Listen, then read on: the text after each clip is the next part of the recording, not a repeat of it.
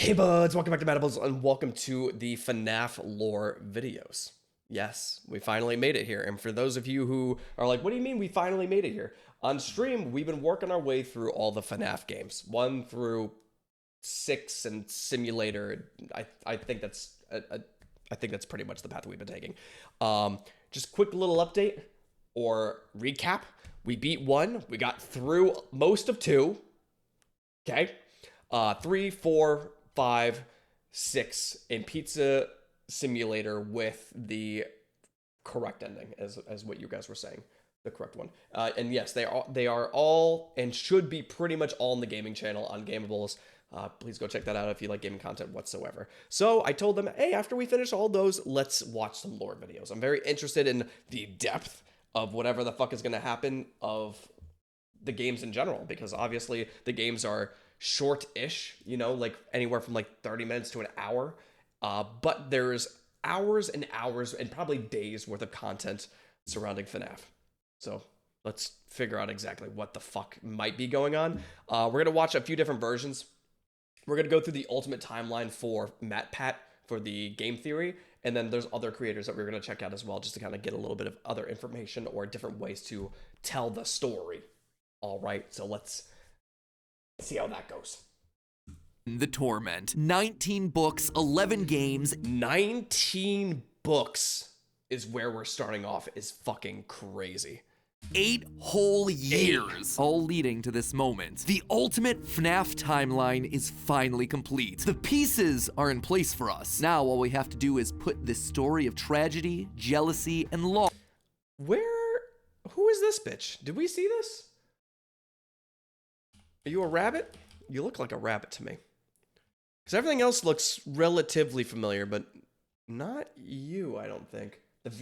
I couldn't fucking imagine. Of tragedy, jealousy, and loss back together.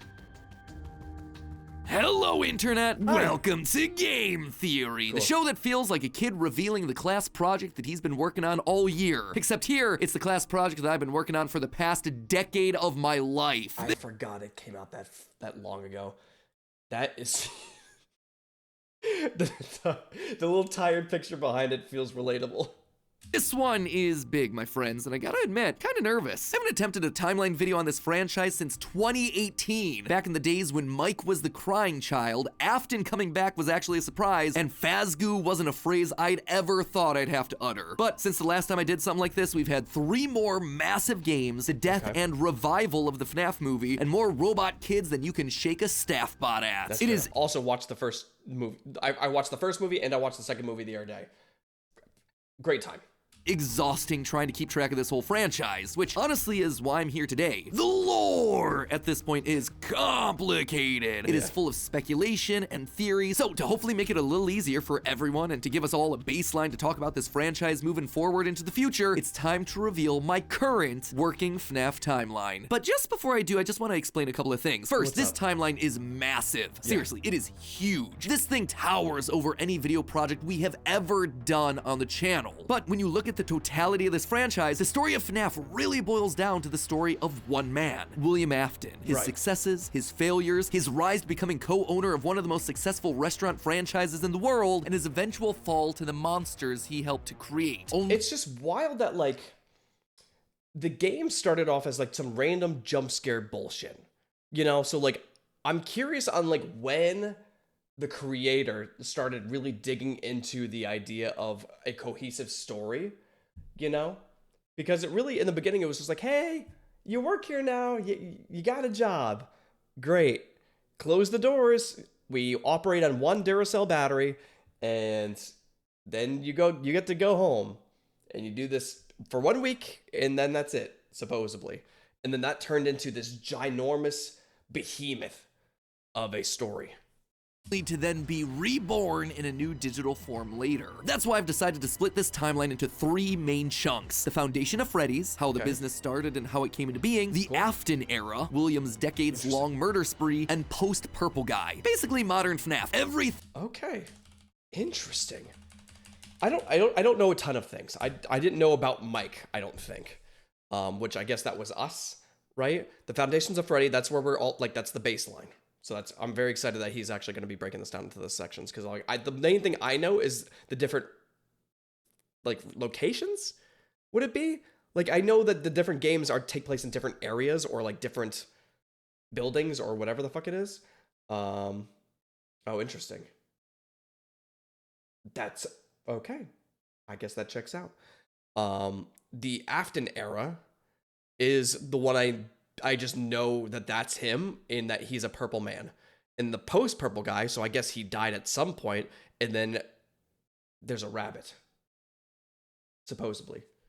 Everything that happens after the Pizzeria Simulator fire. And because there are lots of new big revelations in this thing that seemingly come out of nowhere, as well as just points I want to talk about further, I decided to dedicate one episode to each chunk. I originally wanted it to be one seamless continuous video, but it just felt incomplete without some sort of explanation at the end of each one. Once this whole thing's done, I promise I'm gonna merge all the narrative bits into one massive video so you can just skip my explanations. But for now, this just felt like the best, most satisfying, most complete way to do this. That being said, this is still about the story, the broad strokes of the franchise. So in order to make sure that you guys know that I'm not just pulling answers out of thin air, not only am I discussing some of the more controversial bits at the end of each chunk, we're also putting in a handy little graphic in the bottom left-hand corner of the screen, which will show thumbnails, video titles, books, and any other citations that we need throughout the video. So if you wish to understand extremely professional, but I guess that's what he focuses on, you know, is making something feel very crisp. I haven't watched a ton of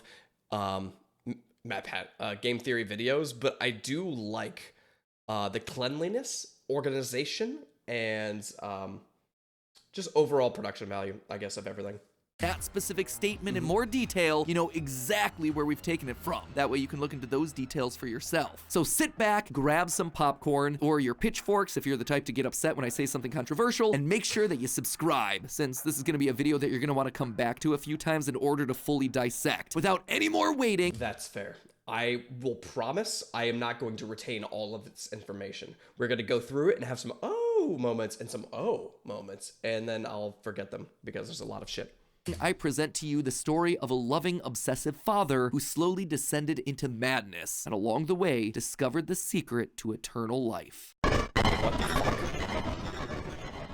Our story begins not in the 1980s, or even in the 1970s, but all the way back in the 1930s. It was the throes of the Great Depression, and people were in desperate need of cheap entertainment, especially in Utah, one of the states hit hardest, fourth highest unemployment in the nation, and full of transients. People looking for work in Salt Lake, finding none, and ultimately moving on to find their fortunes out in California. I'm assuming this is probably his parents' story. People were tired and they were hungry, but as they traveled, there was one thing that could lift their spirits. A simple roadside attraction called Fredbear's Singin' Show. The ads were plastered all... What? Oh no. I did not know that this is where this was gonna go to. Holy shit. 50 cents general admission. Enjoy perfect entertainment for the family with fresh, unadulterated food and beverage while being serenaded by our local singing bear, Freddy. What the fuck? Plastered all over town, featuring an animated bear drawn in the popular pie-eyed cartoon style for characters at the time. He resembled cartoons like Mickey Mouse, Felix the Cat, Betty Boop. It immediately said that this, Fredbear's, was a place where you could bring the family. And the price, honestly, couldn't be beat. For 50 cents, you could get food and entertainment as you watched the local trained real-life dancing bear perform on stage. Normally, you only got to see dancing bears at large traveling circuses like Barnum and Bailey, where the tickets would go for about $1. That's what the fuck in this economy? $1 without food. But this was a smaller show, like the type from the Vaughn brothers or the Robbins brothers, where tickets... Who are you talking about? Are these real things that I should be knowing about, or is this lore inside the lore? Would sell for just a mere 50 cents. Watching that bear do tricks on stage brought a glimmer of joy at a time when so much was wrong with the world. The simple show would go on for years, bringing happiness to hundreds of travelers passing through looking for a quick meal. But it left a permanent impression on one little boy, capturing his imagination in a way that nothing else had. One little boy named Billy. That was... Wait, Billy and William are the same name. And he's a purple guy, so I'm assuming that's also Billy, right? Okay. his nickname at least, but his parents like to call him William Afton. There we go. The bear could dance, it could sing. For decades, William dreamed of recreating that moment of bringing a musical bear to life, but how? William was smart, without a doubt, and he had a keen mind for business, but he wasn't the most creative. How do you... Yeah, because he makes the games that are like, that you can't push the escape button, right? William Afton. make a singing, dancing bear come to life. The best he could do was using rudimentary costumes. William was inspired by the work of Walt Disney, who throughout the 50s and 60s was pioneering the use of mascot suits throughout his theme park. The big innovation? Suits with 5 fingers. This allowed the performers wearing the suits to use their natural arms and hands to interact with the guests, as opposed to the older models where the arms would just hang limply by their sides. Finally, with a simple mascot suit, he would be able to realize his childhood dream. He would be able to bring Fredbear to life. To appeal to the kids, and for copyright reasons, he changed Fredbear from a realistic brown animal to a cartoonish yellow bear with a purple hat and bow tie. But yellow. So Golden Freddy, the first bitch that scared me. I can't believe you guys remember that? First night in FNAF 1, I got Golden Freddy bitch slapped. But he's supposed to be brown, so I guess maybe Golden Freddy is maybe the OG? feeling like one character wasn't enough, he added another friend, a yellow rabbit with a purple vest and matching tie named Bonnie the Bunny. While Fredbear was certainly his first love, Bonnie... What? Bonnie was a... wasn't Bonnie the blue bunny? Isn't that crazy? It was like the first night and it was kind of nuts. I'm telling you, well, I don't know if I lost. Quiznos, welcome in. I don't know if I actually lost the first night. I wonder if I pushed the escape key. No, I think I got killed. I don't remember. We'll have to go back and watch the first episode or whatever it was. Extra special because that was his. It was an original character that he had created from scratch. And I do mean scratch. William's hand-sewn costumes were rough with seams and stitches visibly showing, but it was the best that he could do. And you know what? It was just enough. Bonnie and Fredbear would perform on stage to small but enthusiastic crowds. Finally, he was able to deliver fantasy and fun to all the kids, delighting and inspiring them in the exact way that he had been delighted and inspired so many years ago. And things could have ended there. That could have been the end to his story. It could have been perfect had it not been for one thing. Other people saw the success of his idea and they wanted in. Enter Chica's Party World, a rival restaurant starring performing animal characters. His idea, except they did it better. William may have been the first, but obviously he wasn't the best. It hurt. What the fuck? I had no idea about any of this shit. That's crazy. Someone stole his... So, okay. I'll just let it play out. I have a lot of questions and we're gonna... I'm probably do the thing I do in most reaction videos. Hi, if you're new here, I like to talk a lot and theorize a lot, and I don't really know what the fuck I'm talking about, but it's just fun to discuss. But to me, I was not ready to have all this fucking background. I was ready to be like, well, he started a place because he was rich and liked animatronics, and then they went horribly bad. No, I am not prepared. The prideful William Afton to admit it, but this restaurant was able to do the thing that he always wanted to do, make the animals actually come to life. All of the performers in this restaurant were robots, simple metal skeletons that were powered by battery packs, but all of them able to freely turn and talk and dance on their own, no human required. It was like magic that came from the mind of a brilliant creator named Henry Emily. This Henry in some small way, had been able to harness the power of life itself. Afton admired him. He was jealous, to be sure, but he also looked upon this man with awe. Off to one side of Chica's Party World was a small cabaret stage featuring an elephant magician. On the other, a hippo... I remember, I think these guys were in Pizzeria Simulator. Because I was like, who the fuck is the elephant and a purple hippo? Known to ramble on and on. That one was more of a joke for the parents. But it was the main stage that was for the kids. A rocking band of characters featuring a yellow chicken thing with a southern drawl named... Hold on, I want to go back and read that. Whether Chica was the original stage performer, however, an undamaged render doesn't exist. Okay.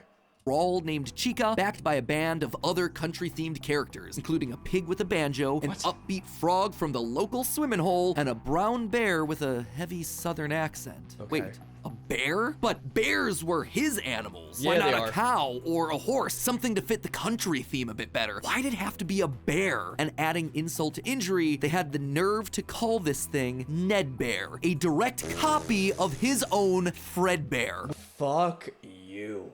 I would be so pissed. You take my idea, you take my animal, you take my idea? and instead of calling him Fredbear, you called him Ned Bear? You're out of your... You want to be murdered.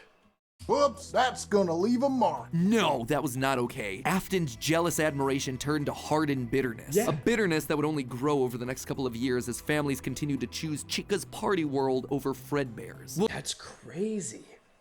Because I don't know anything about Chica's party world. The first thing we know, again, and I don't know if the games are supposed to take place in the proper timeline or not, but the first thing that we played is Five Nights at Freddy's, where Chica was involved, Freddy was there, you know, all the main animatronics. So the fact that, like, this happened before all this means that, you know, they succeeded, but then got erased by something else, you know, and then his idea ended up coming to life in more ways than one.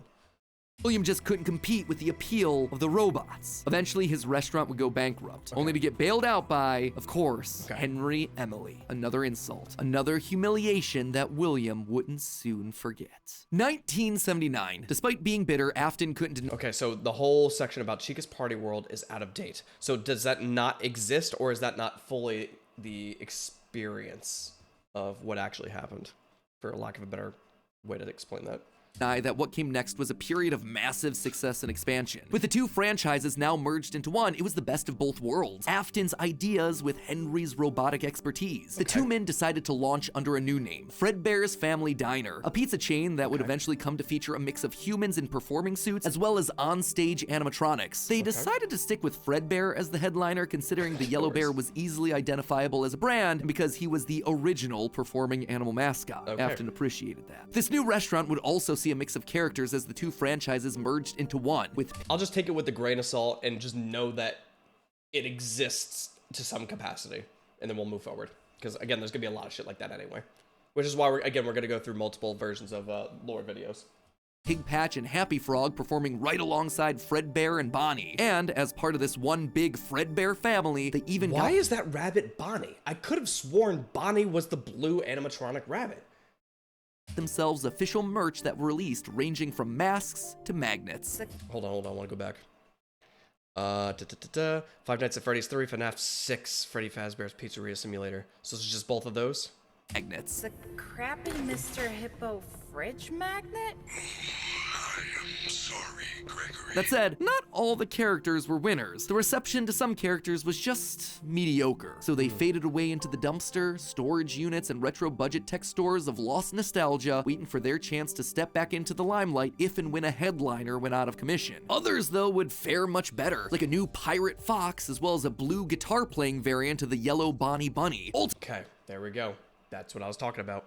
Ultimately, the franchise would get so big, it would spawn its own cartoon show, Fredbear and Friends. Business was booming. In the end, Fredbear and Bonnie's popularity would be so strong that they would be able to support the Fredbear's Family Diner franchise all on their own, while also spinning off a new sister location dedicated to their friends. In 1983, Freddy Fazbear's Pizza launched, giving a dedicated home to all this new supporting cast of characters. Chica the Chicken, Bonnie the Blue Bunny, Foxy the Pirate, and of course the headliner, a brown Freddy Fazbear.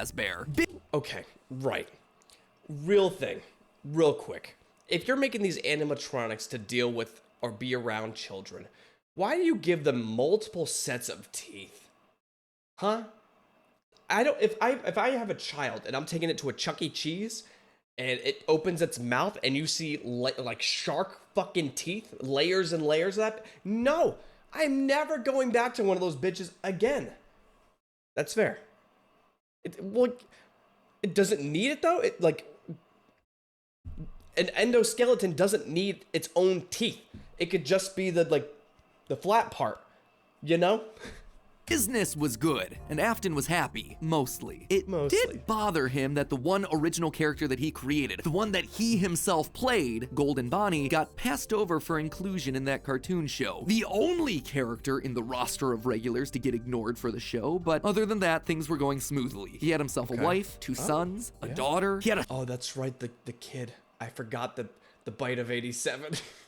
thriving business. And best of all, he was able to learn the craft of robotics from the man that he both loved and hated, Henry. Together, they were constantly pushing the limits of what these characters could do. Because it was quick and easy, new characters introduced into the roster would be given a simple hand-sewn suit with 5 fingers that any performer could wear. Eventually, Henry would design one of his signature animatronics for that character, utilizing a divided mouth with either a hinged or sliding jaw design. This was the first generation of animatronics. But why stop there? Afton had big ideas. What if the animatronics weren't just locked to the stage, but could freely roam the restaurant and interact with the kids? What if his mascot suits could become animatronics? What if you could use more than just rigid metallic skeletons? Why not experiment with tubes and wires that would give the animatronics fluidity and flexibility while still providing structure? I guess that's fair. I guess I didn't really talk about that or think about that either, you know? Because between, was it FNAF 4 and Sister Location, the endoskeleton of the animatronics was a lot more intricate, you know, because the other ones were really like basic caveman looking bitch, right? Yeah, I did see both movies. But the other ones were like, they're exactly as he's saying, like tubes, and like there was a lot more in depth of the design of it, which I didn't even think about, like, because that's normally something I'd be like, why the fuck does this look the way it does? But I guess I've been so distracted with just getting jump scared and my whole body locking up, you know? Possibilities for this technology were endless. Afton fell in love with robotics. He had started with a dream of bringing one simple singing bear to life, but with robots, he had stumbled across the tools that gave him the ability to control life itself. And thanks to Henry, he was practically speedrunning his way to an engineering degree. And while William wouldn't admit it out loud, one other thing that kept pushing him forward was the desire to beat his former rival, to prove himself smarter and more capable, to surpass the man who everyone else considered to be a visionary genius. Where did I miss the little tag where they introduce, like, I know where they introduced Henry with like with Chica stuff, but like, was he in any of the games? Yeah, was he in any of the games? Because I don't remember ever seeing a name. It was in the simulator. Okay, so I'm trying to recall anything about a Henry, and he seems pretty relevant through the story. But pride cometh before the fall, and tragedy was about to strike. Okay, so that brings us to the end of part 1 of the story. That said, at the end of each of these chunks, I want to break down some of the logical leaps that I made, since the more narrative format doesn't give me much of a chance to justify a lot of the big decisions. And admittedly, there are some large leaps in here. Let's just start off with Fredbear's Singin' Show, shall we? We know, based on the retro poster that was hidden in Security Breach, that at least at one point, Fredbear was an actual bear. And like I called out in that narrative segment, dancing bear shows were a real form of entertainment. The only problem is that, timing-wise, none of our main characters would be the people in charge of that business in the 30s and a series of pizza restaurants in the 80s without them just being extremely old. Best case scenario, if Afton's running the Singin' Show when he's 18, that still puts him at nearly 70 when the first pizzeria opens and his murder spree begins. That's fair. That is fair. I just assumed he might be. I mean, some people in their 70s are in good shape, you know, and maybe he takes care of himself. Just doesn't make a lot of logical sense because he doesn't become immortal until his first death in Springtrap. That's why I suspect that Fredbear's Singin' Show was either a family business that Afton then carried on to a new generation, or something that he saw as a kid and just wanted to recreate when he grew up. The Fredbear Singin' Show thing also starts laying the groundwork for some of the core elements of this story, that Freddy's was a place of fantasy and fun, and that Afton, despite eventually falling to become the heartless serial killer and mad scientist that we know him as, began as someone with good intentions and a love of entertaining kids. He wanted to bring things to life from the very beginning, a theme that recurs a lot for him throughout the rest of the franchise. Next up, let's talk about those mascot costumes. One thing that I keep going back to is the design of Glitch Trap. It's a handcrafted suit. You can see the seams and everything. It even has 5 fingers for the performer's hands. It is very much not a Springtrap suit. This is something much more rudimentary. Its name was just Springtrap. It came at a time before animatronics were a part of the story. That's why I suspect that it was actually the first, predating literally everything. It's also a suit that is very personal to Afton. He put his digital consciousness in that form. It's his personal avatar. It's the way that he sees himself. There's also a whole separate discussion to be had here about the habits and rituals of serial killers. So the fact that he's choosing to lure kids and kill them in this particular suit actually says a lot about his emotional attachment to it. So while Fredbear seems to have started as someone else's creation, addition, Golden Bonnie was uniquely Williams, giving him a personal connection. And that's not all. In this whole franchise, only one set of characters have themselves 5 fingers, the Nightmares. Even Golden Freddy, Fredbear, was a 5-fingered wearable suit at one point in the story, as we see in this shot from the graphic novel, before he, like everyone else, was turned into an animatronic. This seems to imply that all of the main characters had similar wearable mascot outfits at least at one point in time. And that I don't think for a fucking second I would trust wearing a suit that's also partially animatronic. There was like, it reminds me of like the Iron Man, like one of the Iron Man movies where like some people started making their own like Iron Man suits and they were getting fucking destroyed. I would not surround my body with a mech suit like that. If I was in a ginormous Gundam where my body could fit in a whole thing, sure. With like cables and stuff that like would not rip my body in half, absolutely. But like something like this would stress me the fuck out. And whoever is having the FNAF 4 nightmares, if they even are nightmares, something that we'll touch on in part 2, saw those mascot suits specifically. Lastly, we have to talk about the elephant in the room. The literal elephant, Orville Elephant, as well as the rest of the mediocre melodies. For a while now, I've suspected that the mediocre melodies played a much more important role in the story than just being a bunch more animatronics to fill out the roster. Especially Ned Bear, which is just so suspiciously close to Fred Bear. And yet, there are 2 key details that we're gonna have to justify with any mediocre melodies mentioned. One, they're very rudimentary with external battery packs, implying that they come very early in the timeline. And 2, we know that at minimum, Mr. Hippo does eventually become an official member of the extended Freddyverse. But if these things are supposed to be cheap, generic rip-offs, why would you be trying to rip off yourself? You wouldn't. You would be stealing someone else's ideas. So if Afton created Fredbear, there would have to be some rival franchise. The only other person who would likely be ripping him off? Henry. We've talked extensively about how the mediocre melodies are clearly Henry's design aesthetic, so it just has to be him. I don't think Henry's doing this maliciously. Well, I wouldn't say no to Mecha Man. Well, I don't know. That's a conversation for another time. But technically, yes, but also no. He doesn't strike me as the type. He was likely building the robots at the orders of someone else that was running a rival restaurant franchise. But that's enough motivation to start Afton down a path of jealous rivalry, but also begrudging admiration. As the Freddy Files Ultimate Edition says, it's important to revisit the beginning of Henry and William's relationship, so here you go. I think this is where it begins. So also, crazy. This is future Matt Pat here coming back to add this one in. Seems like the recently released character encyclopedia has backed up all of this speculation. I've had this timeline written for about a month now, but I've also been holding off a bit to see what wrenches this character encyclopedia might throw into it. And on this particular point, I gotta say, it seems like we might actually have nailed it. They actively call out the suspicious similarities to the main Fredbear crew. Quote from one of the pages: Ned Bear looks like an imitation, altered just enough to avoid copyright issues. I don't know about you, but that seems to imply that we were I'm sure. I'm sure, because this came out not a long time ago, but enough time where a lot of other things could have resurfaced. But regardless, from someone that has played the games and knows the general amount, I'm sure we'll find something else. It was okay. All right. Well, I guess that's fair too.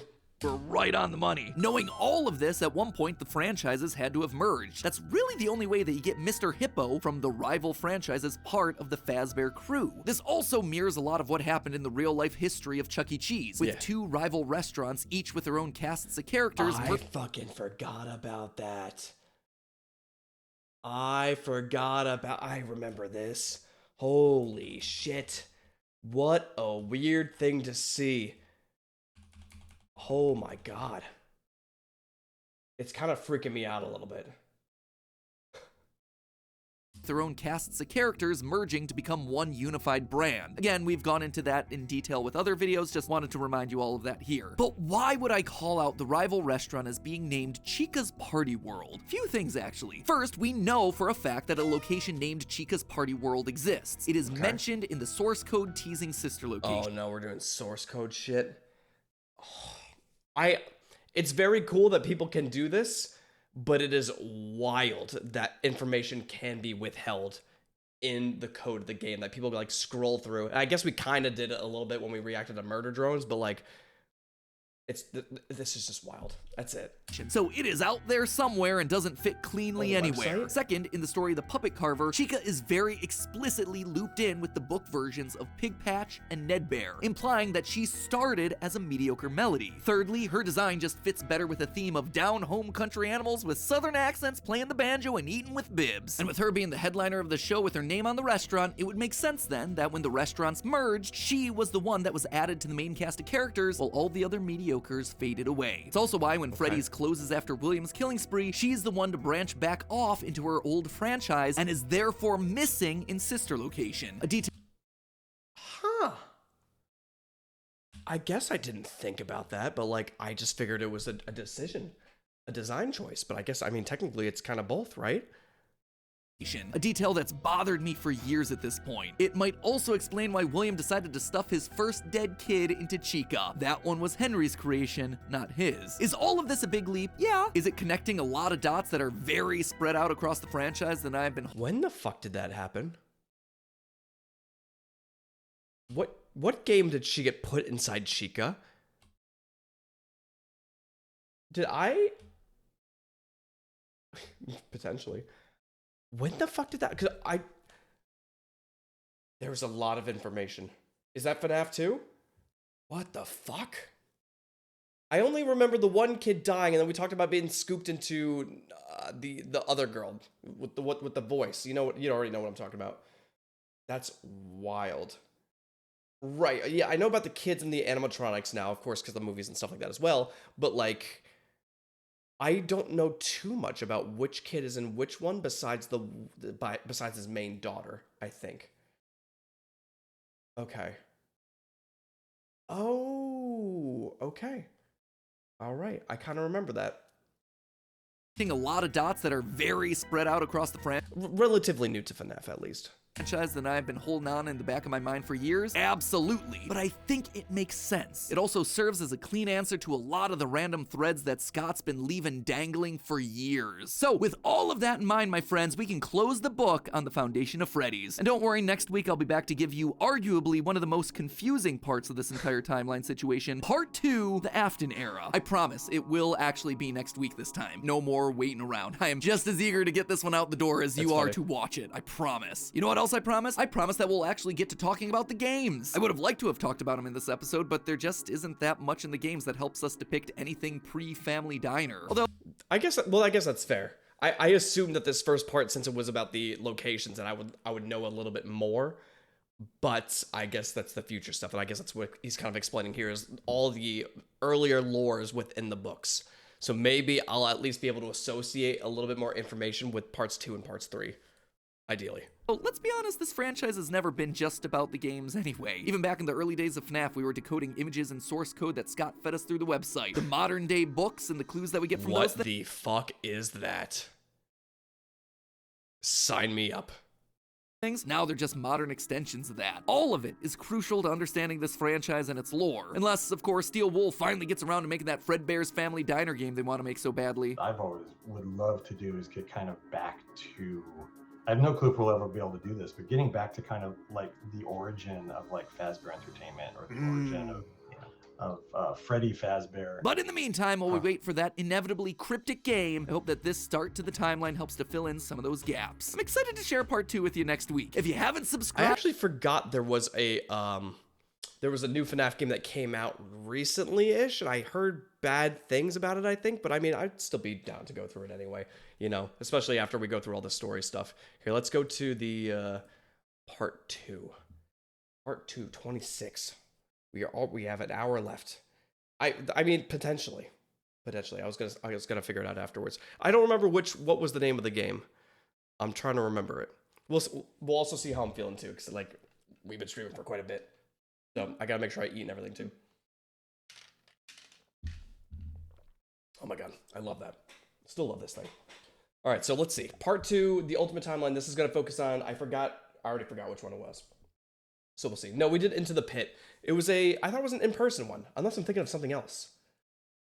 No, I don't think it was secret. We'll figure it out afterwards. I don't know. Unless I'm thinking about an entirely different game, an entirely different series, which could be the case. Not Security Breach. I thought it was something else, but we'll see. All right. Anyway, part 2. We got 26 minutes on this bitch.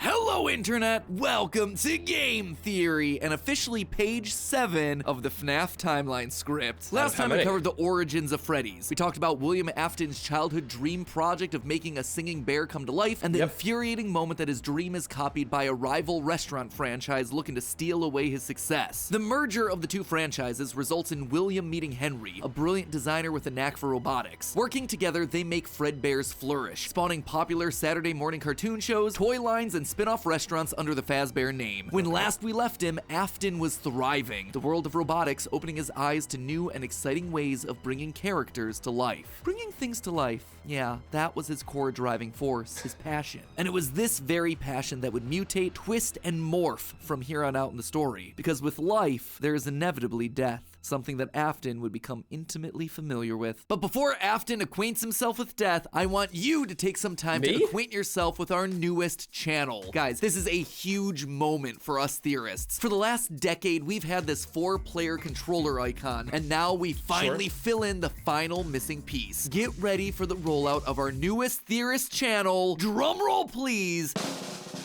Style Theory, where we're looking at the science, math, psychology, history, and mystery of the way you look, your clothing, fashion trends, hygiene, and Is that true? Is that really what it was? I don't remember any of this. I think they have a movie channel, right?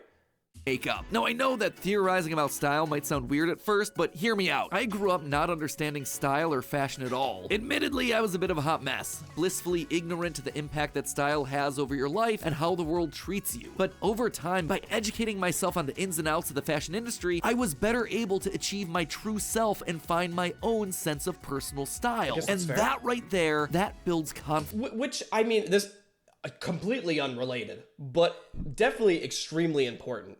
So I understand the appeal to this, you know, because feeling good can make your inside feel good.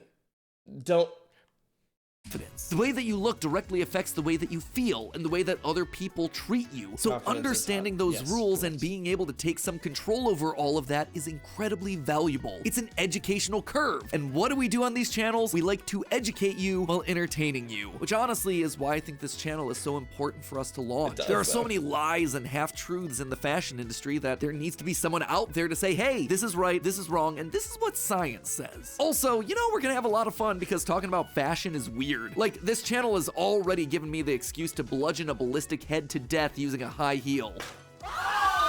It's also the channel where we're gonna physically be testing the viability of female armor, or how many t-shirts it takes to stop a bullet. There's also practical everyday stuff too on this channel. Do school uniforms actually benefit the students? Does it make a difference whether or not you wash your legs in the shower? That's the sort of stuff that you can find on this new channel. In fact, there are 5 new episodes that you can check out right after you finish this beast of an upload. I personally recommend starting with the Killer Heel episode, because this episode's all about the birth of a killer. And while you're over there, consider subscribing. It'll do all of us over here a huge favor, because if we manage to get 1 million subscribers by the end of the month, it'll put us as a top fashion channel here on YouTube. Could you fucking imagine? Hey, could you give us 1 million by the end of the month? Dude, I'm trying to make it to 100K, bro. Show the world that looking smart can be even better than looking cool. So go ahead, enjoy your all-day theory marathon. And now with our logo complete, it's time to complete our other massive ongoing project, this timeline. Onward to part 2, where things are about to get dark in a hurry. The Afton era. Okay, so what's your favorite idea? Mine is being creative. We're not bringing that back right now. We're back to FNAF. Okay, the Afton era. This is the main dude. This is the guy that started it all. And maybe this is where we'll kind of recognize a little. I recognize like a pinch of stuff in the first part, but luckily, I'm hoping that like I can at least piece together a little of the stuff that we saw or maybe we discussed lightly when we were playing through the games. 1983, business was booming with 2 whole restaurant franchises running, Fredbear's Family Diner and the newly opened Freddy Fazbear's Pizza. Together, William and Henry had been able to take the hybrid suit idea and make it into a reality. They called their new invention the Springlock suit, and fittingly enough, it was symbolic of the partnership between these 2 men, a human suit as designed by William that could become a freestanding Henry-style robot. Is that guy supposed... He kind of looks like Markiplier. Does he not look like Markiplier? right?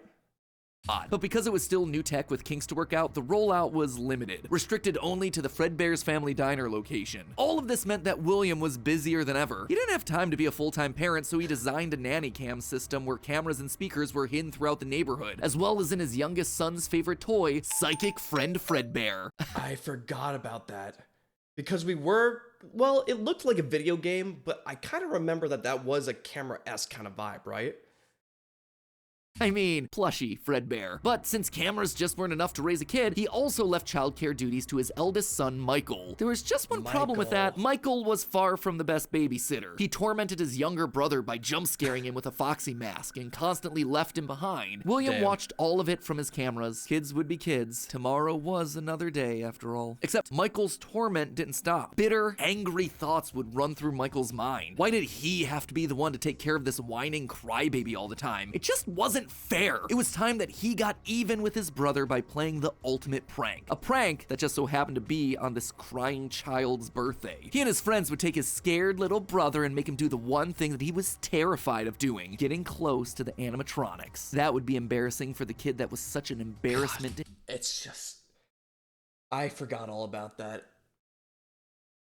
They're just like, here, yeah, you want to get close? Let me put you in his mouth. And it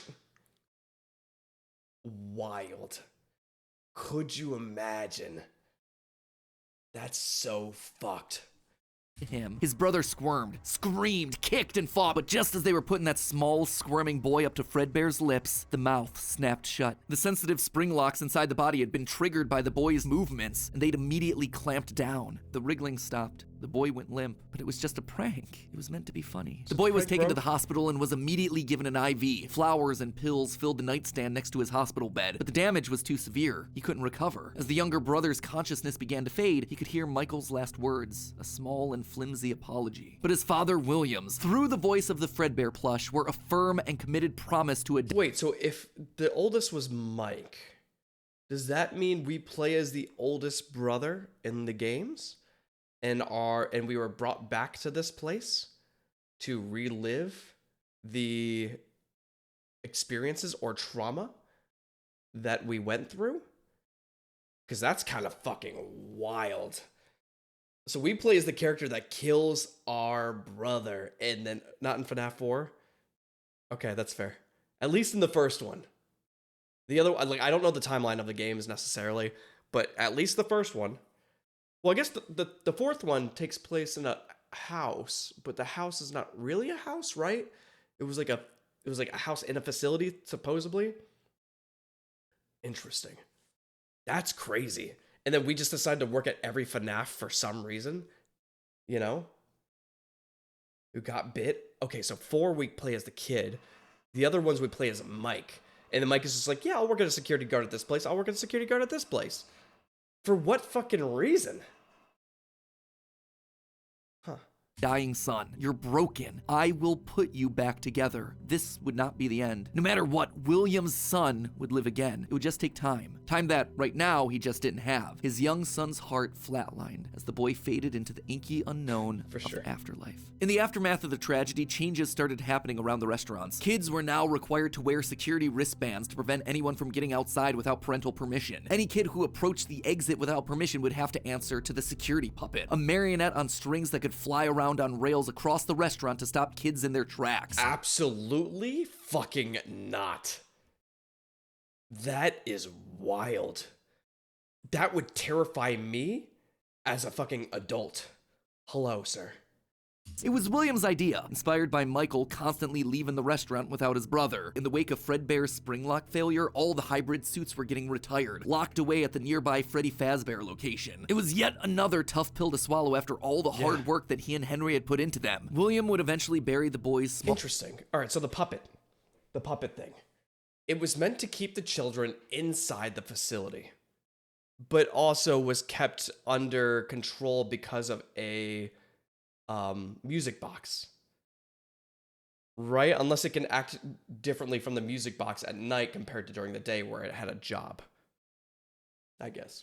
body in a remote location out in the woods right alongside his drive into and out of work every day. The death of this little boy sent the family spiraling. His wife, crippled with grief, was so distraught that all she could do was sit and watch TV. But his son Michael was far worse, complaining of seeing hallucinations of a golden bear standing outside of his window. The boy was so racked with guilt that he was convinced that he was being haunted by the ghost of his brother stuck inside the suit that took his life. The suit's three-toed feet digging into the wet earth. The words, "It's me," ringing through Michael's ears. Some nights, Michael would even go so far as to break out of his room to check the gravesite and ensure that his brother was still there. As for William himself, he disappeared into his work and his drinks. Junior's, the local bar, wasn't far from his son's gravesite. He found himself going there more and more frequently, spending long— I think we tried to go there during, I don't remember which game it was, but when we were driving, right, following that road in that scene that we were just showing at, I think we stopped somewhere and the building was like locked.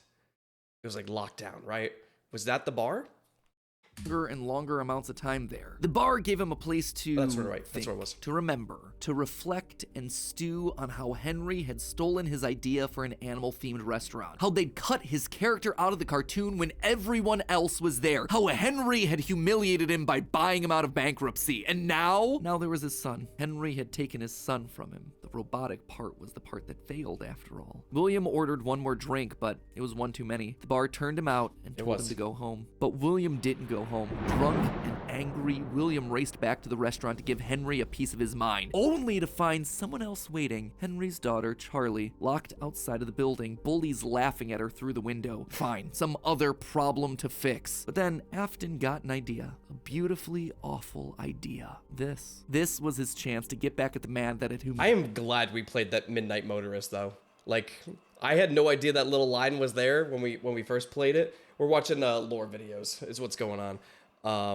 But like that random ass minigame had that little ass line that we had to crawl through with the car that put us into this this very important section, by the way.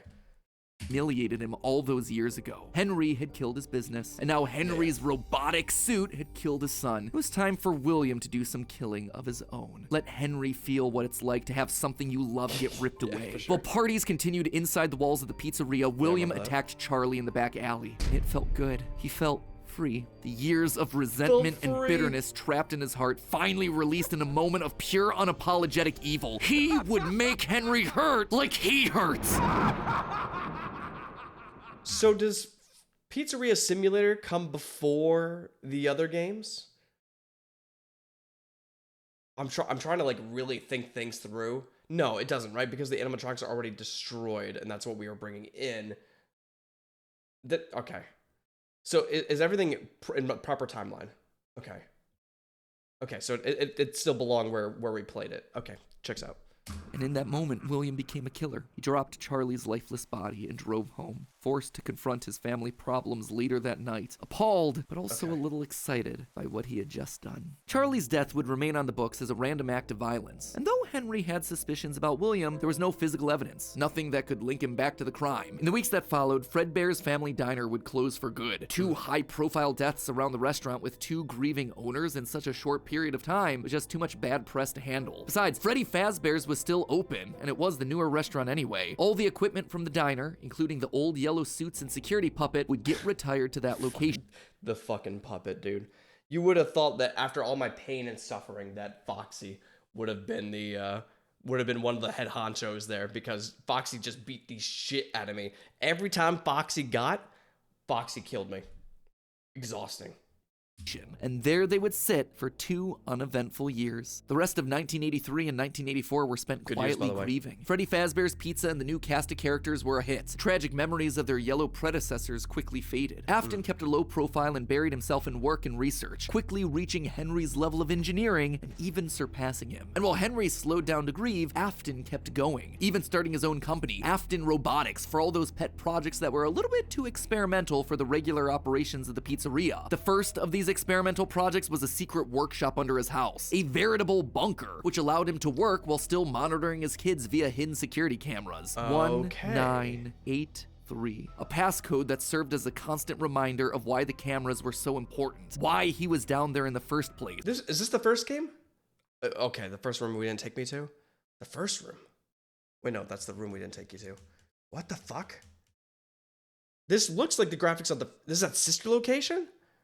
It looks like the original game. This was all to fulfill the promise that he had Okay. made to his son, right? I will put you back together. This was for him. All for him, right? But cameras weren't enough. He needed to solve the runaway Michael problem. He had to keep him in the house. He couldn't have another one of his kids wind up dead inside of an animatronic suit. So why not run a little experiment on Michael? You see, all this work with Henry had gotten Afton to start learning more about life, robots, the human mind, and what a fallible machine we as humans were. Our reality is so easy to manipulate with a few sensory deceptions. Deceptions Can you like not? sound. With just a few sounds, he had discovered that he could alter a person's vision. He could transform blank, smooth plastic robots into lumbering, twisted nightmares. Nightmares far scarier than he could create with actual materials. They would appear organic, rotting, putrid, terrifying. These would be his means of keeping his son Michael in the house where he belonged. Was it extreme? Maybe. But then again, this was the boy who had killed his son. He would make him sorry. And so What the fuck? I thought we said that he was not the one that played in 4. I thought we said Michael was in every other game but 4. I thought, or every FNAF at least. Michael would grow up not only dealing with the memories of his own guilt, the hospital room, the pills, the flowers, the Okay. death of his brother, but also facing literal nightmares, illusions created by sound. Michael would never forget these either. Years later, as a security guard, he would still draw pictures of them inside of his logbook. But So it almost... All right. I don't know if I'm understanding this correctly or not, but I'm pretty sure that when we looked at the map for... Was it Sister Location? That, like, all the other FNAFs were, like, in that map. All the other locations were in that map. So was he keeping Michael just locked in this facility for eternity or his life to get scared to like go to work and come back and go to the bed and come back and like, so he was just constantly going to work at these different locations and just torturing the fuck out of this kid? He's still technically a kid. It's kind of wild. all of these extra projects meant that his home life suffered even more. He was an absent father and a non-existent husband, leaving his wife cold and alone. Why do you hide inside your walls when there is music in my halls? All I see is an empty room, no more joy, an empty tomb. That's fucking gnarly. And despite her repeated demands that he leave his office and remember engage with the family, he refused time and time again, leaving her no choice but to leave. You burned down my house? You call that a house? It was like a morgue in there. You need to see your son. The baby isn't mine. Well, how's this? I'm keeping the diamond ring. And through it all, there was one lingering feeling. William wasn't done. He had gotten a taste of what it felt like to be unleashed, what it felt like to be free. Charlie's murder had unlocked something in him, and he wanted more. June 26th, 1985. Putting on the golden Bonnie suit, he lured children one by one to the back room of the pizzeria when no one was looking. At first, he was cautious. He would lure them with promises of cake and cookies. He told them that their dog had died. He would ask for help with homework. Susie was the first. You never truly forget your first. I was the first. I have seen everything. But where to hide the bodies? He couldn't sneak out. Someone would see him. He had to hide them in a place where they'd never be found and where they'd never leave the building. They had to be stuffed. Stuffed inside of the suits. No one maintained those things anyway except for him. And so Susie would go into Chica. Fritz, Jeremy, and Gabriel would come next. But it was easy. It was too easy. And with each little life he snuffed out, his lies got bigger. Their house was burning. They're just... Wasn't Jeremy the name on one of the lists, one of the checks? It was like Jeremy Fitzgerald or something like that. That was on the check. Is that associated with this Jeremy at all? He said Jeremy, right? Huh. And kidnapped until the last one where all pretense was off. He let himself get violent. Too violent. Okay. I'll just wait for him after school, throw a bag over his head, hit him with a shovel, and drag him into the back of my car. The body of Cassidy was far more bloody and broken than any of the others. He'd let himself go too far. That one he shouldn't have killed. With no more active animatronics left, he shoved the body into the one suit that remained backstage. The long-forgotten yellow Fredbear, now broken and discolored with age. Broken, like Cassidy was broken. like his son was broken. Newspapers reported on this disappearance, naming the whole thing the missing children's incident. Police would even charge William with the crimes after finding security footage of the golden mascot suit luring kids to the back, but they couldn't convict him. They had no bodies, and his face had been hidden behind the mascot suit the entire time. What they had was circumstantial at best, and so he walked away a free man. But Henry knew the truth. In these murders, he saw his daughter Charlie all over again, so he threw Afton out of the company and shuttered the doors to the old pizzeria. Henry would keep the franchise quiet for 2 years. This would not happen again. This could not happen again. How could he protect the kids? Finally, he developed a solution. He would implement an even more extreme security system in the form of new animatronics, toy animatronics, inspired by the toys that they had been selling years ago. That's right. And this was introduced in FNAF 2. I understand the complexity of jumping between now all the different years and the different lores and the children and this, like, even though we're watching the ultimate guide and we'll watch other guides as well, this is complicated and will take a long time to actually understand what the fuck is happening. But these guys, these were special. They were a new breed of robot with facial recognition abilities. But most importantly, they're all tied into some kind of criminal database. So which is why, when we put on the mask, that's why it was effective in FNAF 2. they can detect a predator a mile away. All the original animatronics, now withered with age, were moved to the new location. With a plan in place, it was time to try once more. The year was 1987, and the new and improved Freddy Fazbear's Pizza was making headlines in local newspapers. Headlines that just so happened to catch the attention of William Afton. Freddy's was back, and without him, that was his idea, his character. Henry was, yet again, trying to cut him out of the picture. No. As long as these restaurants stayed open, William would always come back. Then he noticed the phone number to apply at the bottom of the article. $100 a week to apply, call. Afton.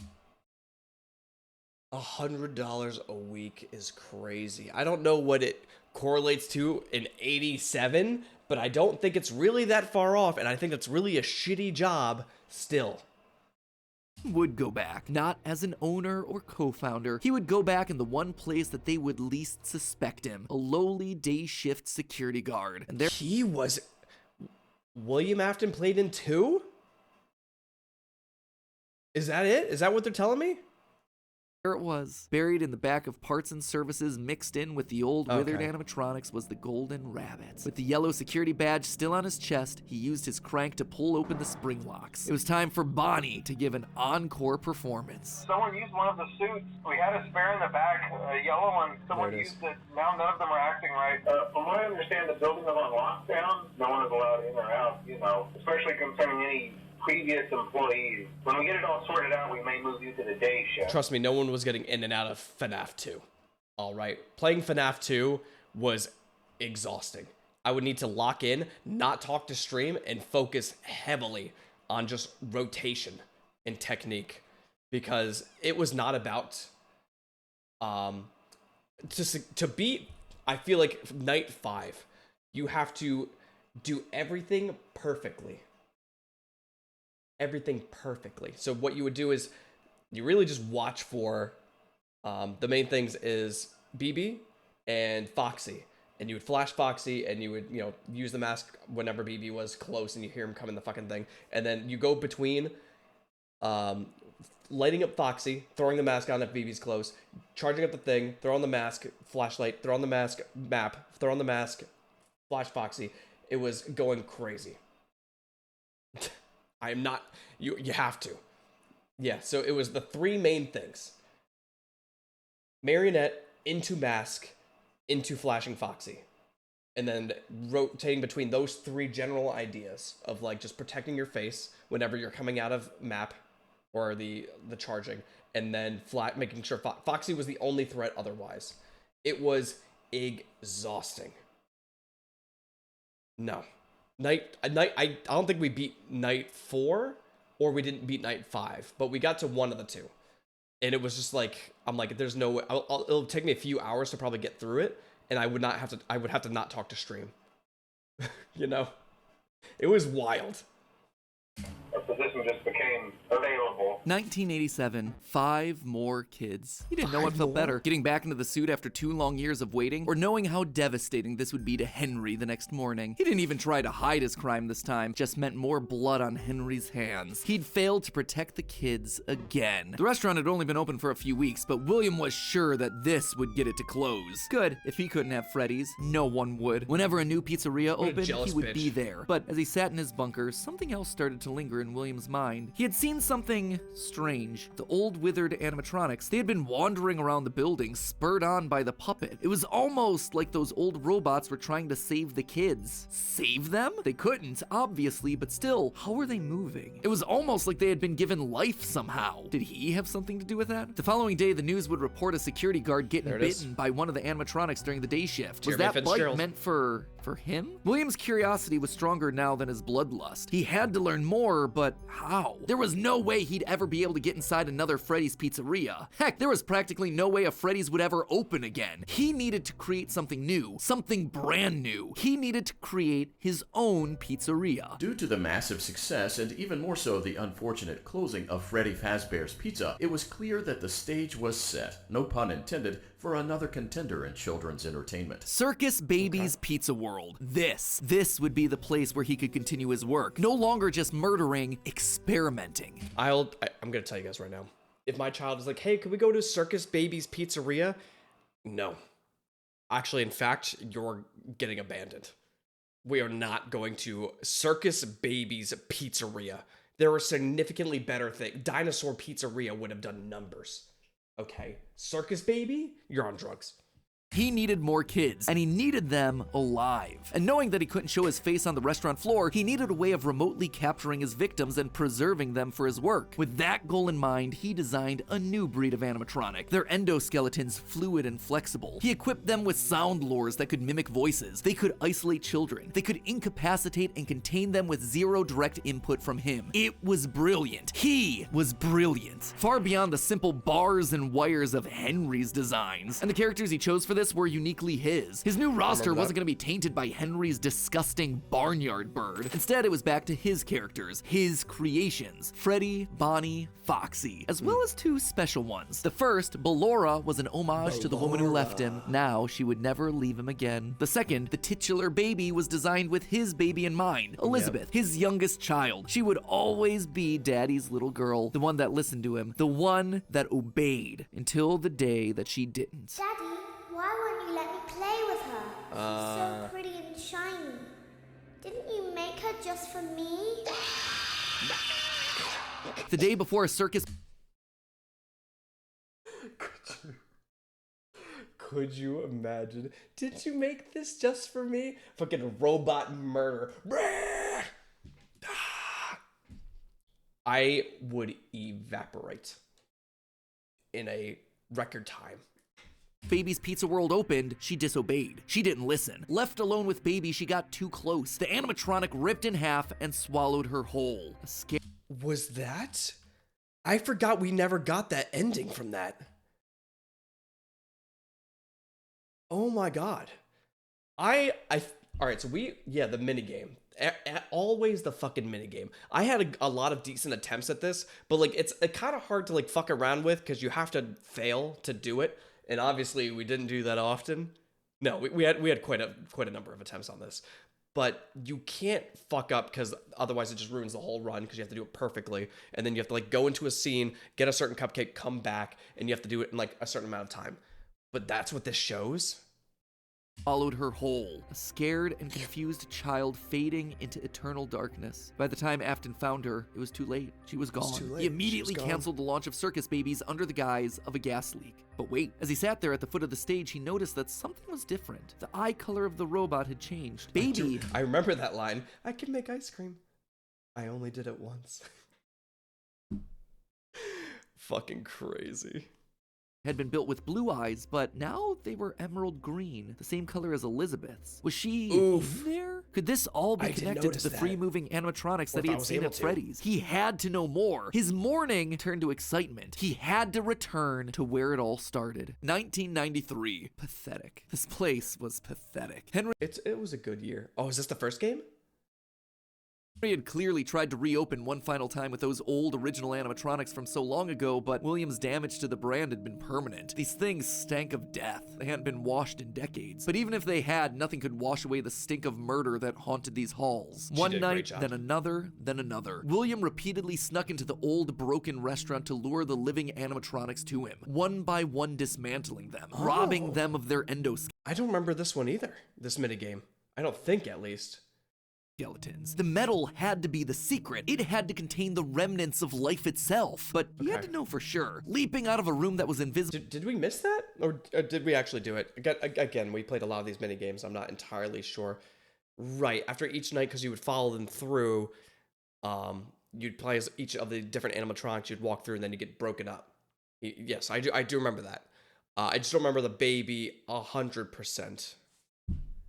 To the animatronics programming, he dragged the oversized robotic skeletons back to his underground workshop, back to where Circus Baby watched on with glowing, curious eyes. Eyes that somehow felt alive. Not knowing what else to do, William melted the robotic parts down. 5 animatronic endoskeletons reduced down to one silvery puddle of goo. Could he transfer this living metal to his own creations? He had to try. He picked up a syringe and filled it with the molten metal and injected the goo into Funtime Freddy's twisted, wiry endoskeleton. And suddenly, the coils came to life. Like snakes writhing in a pile, what had once been cold, lifeless metal moved and jolted on its own. He'd done it! He had unlocked the secret to life itself. Except something was clearly wrong. The movements were erratic. They were violent, angry. Baby didn't act this way. She had been calm, collected. This was clearly something else. Something mindless and frantic. Perhaps by mixing the souls and then portioning them out, he had created incomplete beasts. He would need to keep testing to truly understand it. He needed more of this remnant. As he searched the old pizzeria one more time for any remaining scraps of metal, the ghosts attacked. His past victims come to collect their due, all led by Cassidy. The 5 lined up and blocked the door, and Afton's mind reeled. The scientific implications of this were incredible. Ghosts, real ghosts that he could see, all standing against him. But what could they do? What couldn't they do? He panicked as Cassidy approached. How do you stop something that's already dead? Maybe with the thing that resulted in their death in the first place. He would get into his suit like old times. He would regain his power over them just like the day that they died. He was the genius. He was the one in the suit. He was the one in charge.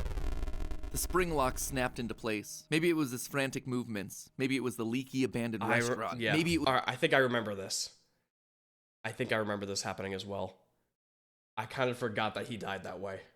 It was just fate coming to collect its due. And that's when he became the next part, which is the golden bunny body, I guess, right?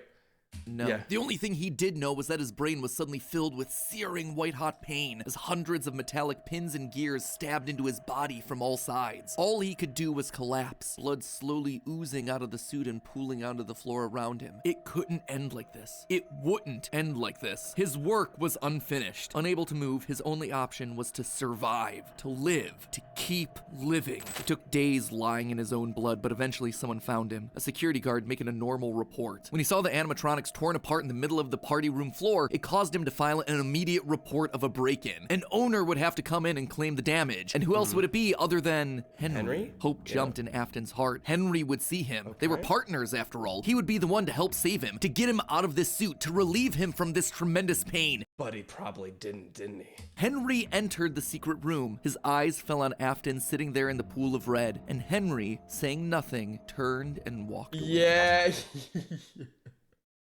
Yeah. That's, I feel like it's relatable in a way, because you're like, you fucking idiots. What are you doing? Yeah. Just to inform all employees that due to budget restrictions, the previously mentioned safe rooms are being sealed at most locations, including this one. Nothing is being taken out beforehand, so if you left anything inside, then it's your own fault. Management. And that's why in FNAF 3, because, right, that's what we're talking about right now, is that we were versing Michael Afton in the suit in FNAF 3, right? In order to distract him to go into other rooms, we had to use the, William Afton, right. We had to use him, we had to use a child's voice to lure him to, like, he's like, the children. I need to kill the children. I shouldn't say that out loud, because I'm going to get fucking a police called on me. And we kept trying to bait him away, right? And also request that this room not be mentioned to family, friends, or insurance representatives. Yeah, I And saw so this, like, there Afton would sit, hanging on for 30 years, trapped behind the walls with an iron will that refused to die. End of this part. Oh my god. This is fun, though. I say this part because it's not officially the end of the Afton era just yet, but this just felt like a really solid stopping point. The episode has gone on forever. Okay, so most of this is things that we already knew. Quiznos, I was dying to go. I was at TwitchCon when it was going on, so I wasn't able to go to... I hope they do something like that next year because the second one came out. So I'm hoping maybe we'll get another Halloween Horror Night, because it would be really cool. Stuff that's been established and reestablished time and time again by the games. That said, there are two things that I absolutely have to address. The first and biggest is the placement of Sister location, or more specifically, Elizabeth's death. To me, evidence in game seems to suggest that it was meant to come before the crying child's death in 1983. The biggest clue to this is that the crying child saw something. Remember what you saw is the phrase that's repeated over and over again by psychic friend Fredbear, aka William Afton speaking through a walkie-talkie in the Fredbear plushie's stomach. But what did he see? Well, I think we can tell based on how the nightmare animatronics are visualized. They have mouths in their stomachs, just like Baby ripping in half at the waist to swallow a kid. There's fair. What the fuck? Also, the empty girl's room, one presumably left behind by a dead sister. And lastly, it explains why he's scared, and more specifically, why Afton wants him scared. He needs his kids to stay away from the animatronics. He doesn't want them getting too close, because the last time one of his kids got too close to a robot, his daughter died. That's then why he sets up the nightmares, to scare both Mike and the crying child away from the animatronics from that point forward. Or just send your kids to your grandparents. There is significantly healthier ways to get your children away from animatronics besides building a actual deadly animatronic. This is a mess. William Afton's a bitch. That's why books like the Character Encyclopedia outright suggest that we play as the crying child in FNAF 4. That's why he has a nanny cam following the crying child everywhere, so he can keep tabs on his kids when they're out of his sight. He can't let another Elizabeth situation happen. The death of Elizabeth also gives William Afton extra motivation for killing. He's a grieving father. His daughter was taken away from him, so Charlie should die as well. He's lashing out at the world after losing his kids. And again, we know that at least one of his children had to have died prior to Charlie's death, based on the mound of dirt that we see in Midnight Motorist. It also allows circus babies to open and close earlier in the timeline, which is how you wind up with Funtime Foxy appearing as Mangle in the FNAF 2 location. Basically, Elizabeth dying first has everything it needs to fit, except for the most important thing, the murder weapon. Why would Afton be building an animatronic with a giant claw in its stomach so early in the timeline? At this point, he just has no motive. It just doesn't make sense prior to 1983. At this point in the story, he hasn't killed anyone, and we know for a fact that the missing children's incident is 1985. So Elizabeth's death coming before any of those events just doesn't work. Hence why I placed it where I did in the narrative timeline. Afton's death here is also a bit tricky. We know that he returned to the FNAF 1 location to break down the original animatronics in order to harvest their remnant. We know that he melts down 5 things to become one thing. Candy Cadet makes that very clear. So the 5 things are the... I forgot about that bitch too. There's also a fucking Carl, I'm going nuts right now. I don't know if that's getting picked up or not. I also hope it's not. That's okay. It stopped. What do you mean? I only got? Oh, yeah, I only got the one story. Yeah, from the candy robot. Yeah. Unfortunately, we tried that bitch a lot too, though. 5 endoskeletons from the various animatronics. That would be totally fine if it weren't for one huge problem. On his 5th visit to the pizzeria, Afton gets spring-locked. So either the 5 becoming 1 starts in 1993, but then finishes 30 years later when he re-emerges from the wall to add the last endoskeleton to his pile, or he's had himself some reason to return to the original location after harvesting all the stuff that he can. It's not ideal, but it's the one angle that makes the most sense. And with that, this next chapter comes to a close, thereby leaving us with 5 more games to cover and another 40 plus years of Fazbear history to recap. Ooh, when you put it that way, something tells me that this might balloon into 4 parts. Ugh, we'll see. Go. Anyway, until then, my Faz heads, congratulations, you made it through a massive upload. That was nuts. Hey, but wait, no, we don't need to do an intro for this. We already have part 2 in part 1. This is gonna be the same video. Hi, I'm back. We don't need to do it. We don't need to do an intro for this. It's a different day, but hey, a good one nonetheless. This is gonna be part 3 for the FNAF Ultimate Timeline. A halfway intro, sure. Yeah, we got there. I forget. Like the second I started doing it, I'm like, wait, this is in the middle of a video. We don't need to do that. All right, we're starting.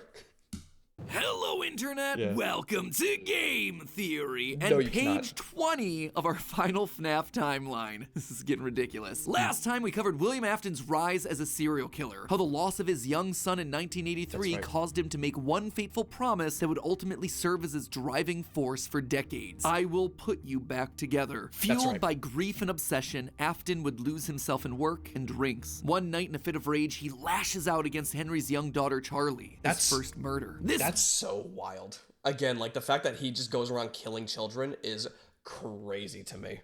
What a sociopath. And how did no one catch on to this shit? It's not like he's careful in any capacity, right? Moment becomes the first domino to fall in a long sequence of events that ultimately destroys William's life and the lives of those around him. That one murder gives Afton a taste for blood, resulting in the deaths of 10 more children across 2 different pizzerias. That's wild. But no, it was the 80s should not be the excuse for this. Hold on, I want to go back. I want to... taste for blood, resulting in the deaths of 10 more children across 2 different pizzerias. Those children go on to possess animatronics, giving Afton his first exposure to Remnant and the potential solution for bringing his son back to life. The need to learn more about this miraculous power leads him to produce the Funtime animatronics, as well as their capture devices. Okay. Robots designed to bring kids to him for experimentation and collection of more Remnant. Except there was one thing that he didn't account for: his daughter's curiosity. He made the robots too appealing, and it would cost him Elizabeth's life. Now with 2 children to put back together, Afton was more desperate and crazed than ever. Yeah, but like, it's your fucking fault, dude. Like, your creation killed your creation. Which is a little wild to say out loud. You know what I mean? Like, you made these things that did not have safety protocols, and they both killed your children. You killed your children. Okay, sorry. Turning to defunct pizzerias to steal the possessed metal still living inside their walls. What he didn't account for, though, were the ghosts, forcing him to pay for the sins of his past. What he didn't account for is supernatural beings. Same, though. Last we left him, William was spring-locked, bleeding to death behind a secret wall. Gone, but certainly not forgotten, as we're about to see in today's video. Today, we're finishing up Chapter 2 of our story, wrapping up the Afton era. Over the next 6 pages, we switch our focus to the other main character of the franchise, Mike, a young boy dealing with the fallout of a stupid childhood decision with tragic consequences. A young man whose life is best described as collateral damage. I forgot about all this. It's been 2 days since we reacted to the first 2 parts, all right? But I forgot that, like, we had a whole, like, thing going on that, like, Mike is, like, in the facility, like, being tortured for eternity. Or until he dies. In the blast radius of William's whirlwind of destruction. Now, before we begin, let me just rip off the band-aid now. We won't be finishing the timeline today. I know. I'm sorry, I wanted to, but covering FNAF VR, AR, and Security Breach wound up taking me an additional 9 pages of script. And I've... 9? Is that including the 6? Did you write, like, 30 pages for this bitch?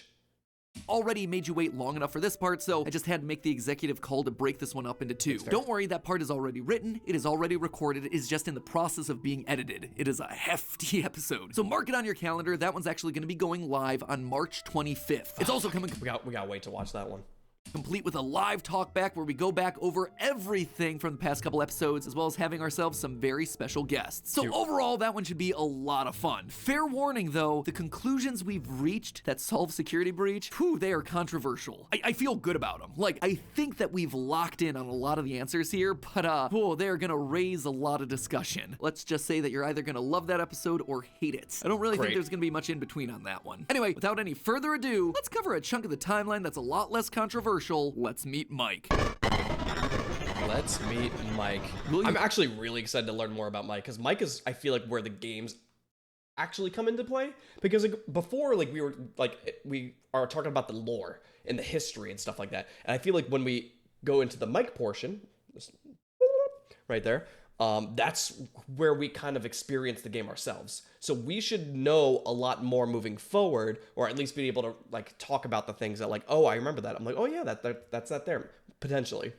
He still wasn't back. Weird. Michael knew his father sometimes traveled for work, disappearing for days on end, but usually there was some sort of notice, a phone call, a post-it, something. It's not like Michael and his father were close, far from it, but as a household of two suffering men coping with years of tragedy and loss, there was at least some element of communication between the two of them. They were united by a name and a shared pain. This time though, things felt different. William had left nothing. His absence was longer. There were no check-ins, no updates, just silence. Something had happened. If there was one thing Michael knew about his father, it was that he had contingencies, safety checks, backup plans. Fair. His father was a careful and guarded man. He was not careful. These robots killed 2 of his children, and then he's just murdering. This is careful is not in this guy's vocabulary whatsoever. I don't even know the fact that again that these robots killed both of his children means he probably shouldn't be dealing with that whatsoever.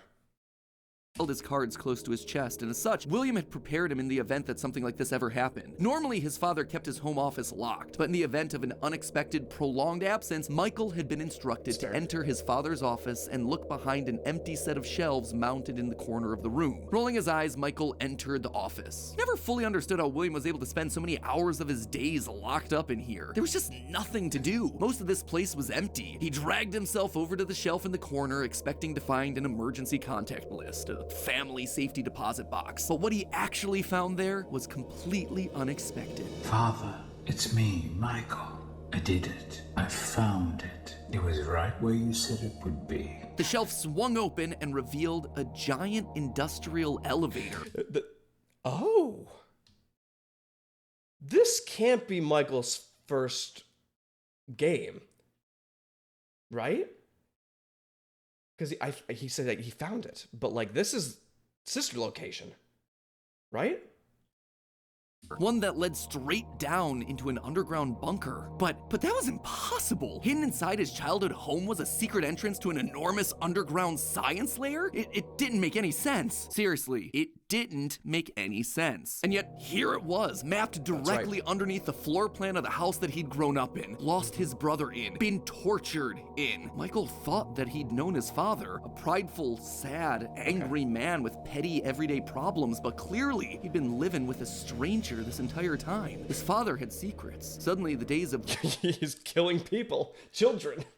William being locked inside of his office made sense. He'd been here the entire time. Where was here, though? Was this Circus Baby's entertainment and rentals? The Circus Baby restaurant always did seem to be a deeply personal project for Father. A failure of his that cut unusually deep, especially after that first location had to be closed prematurely due to the gas leaks. After that day, Father really did seem to change, to lose himself even more in his work. Clearly, the entrance he had found was some sort of secret back way into the facility, one that required crawling through vents to navigate. His father had been working here, but in secret. Why? And that's when he found her. At the end of the facility, Circus Baby. His father's pride and joy. Except something was different about her. She wasn't like the others. The way she talked, the stories she told. This wasn't just a robot. She was alive somehow. And not only was she alive, she also felt familiar. There is something bad inside of me. I'm broken. I can't. This voice actress was perfect though.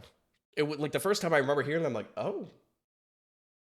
That's a beautiful voice, but it was like the perfect mix of like innocent and like a little spooky. You know what I mean? Just like the rainbows and JoJo's. Be fixed. Will you help me? Was this his sister? William's baby girl? It is. How? Why? What was this place? He dug around some old files and found blueprints outlining the features of these animatronics. Storage containers, voice mimicking, parental tracking. And was that a child in Freddy's stomach? Was his father collecting and experimenting on kids? Were all the rumors that he'd heard throughout his past actually true? That the animatronics came to life at night? That there were murders done in all the pizzerias? That his father had somehow been the prime suspect in all of it? Suddenly, Michael's mind flashed back to his persistent nightmares throughout his childhood. Had he been experimented on too? Tears stung in his eyes as anger, fear, and confusion filled his body. His father's secrets were pouring out. William wasn't just a lame, overworked father. He was a monster. Okay. All right. Again, this is stuff that we could have addressed earlier, but like, or maybe we'll learn it in a little bit, but like, so does Mike, right? Is he like, it's so hard to like piece everything together and also like watch all this without like Because, like, when you guys first originally watched all the FNAF stuff from Game Theory, you kind of got eased into, like, all the different ideas and different locations and stuff and kind of got to build it over time. This is a lot to fucking process. So I know that he was in the facility or, like, getting scared as a child, but then he grew up and then he went back to work there, technically. Or was he still in the facility as an adult? That's debated? Shit. I'm not going to learn anything from this goddamn video series, am I?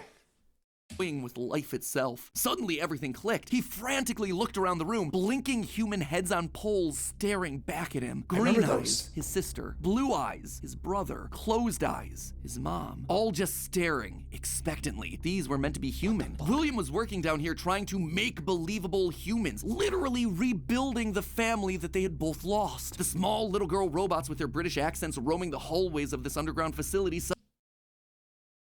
Where the fuck was this? Was this in the 7th game that I didn't play? Because that is disgusting. And I would have thrown up immediately if I turned my head and saw extra nights. Okay. Guess we gotta go back at some point, but that's horrible. Babies and vents can not exist. Also, sidebar, I remember that climbing game? I thought that came out with like a 1.0 or something recently, or maybe not. But because I remember climbing in vents and those hands. You remember those like hands that came out?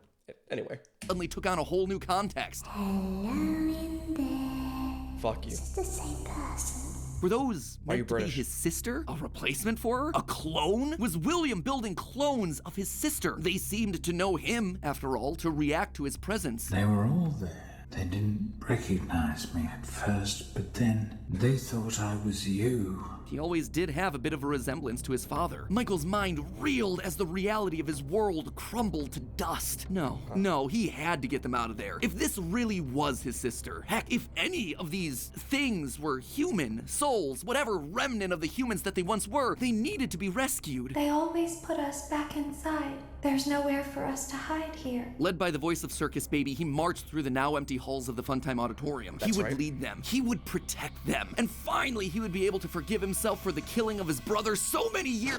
Oh! I was trying to pause it at a good time. Okay, we have to go back. Because I wanted to talk about this real quick. He marched. I'm so good at pausing for some reason.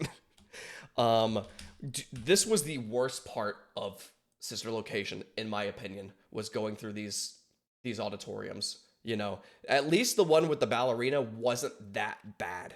You know, you just do it gently and you just like, you go, you wait till she passes, you keep going. But the fucking flashlight camera bullshit in this one, atrocious.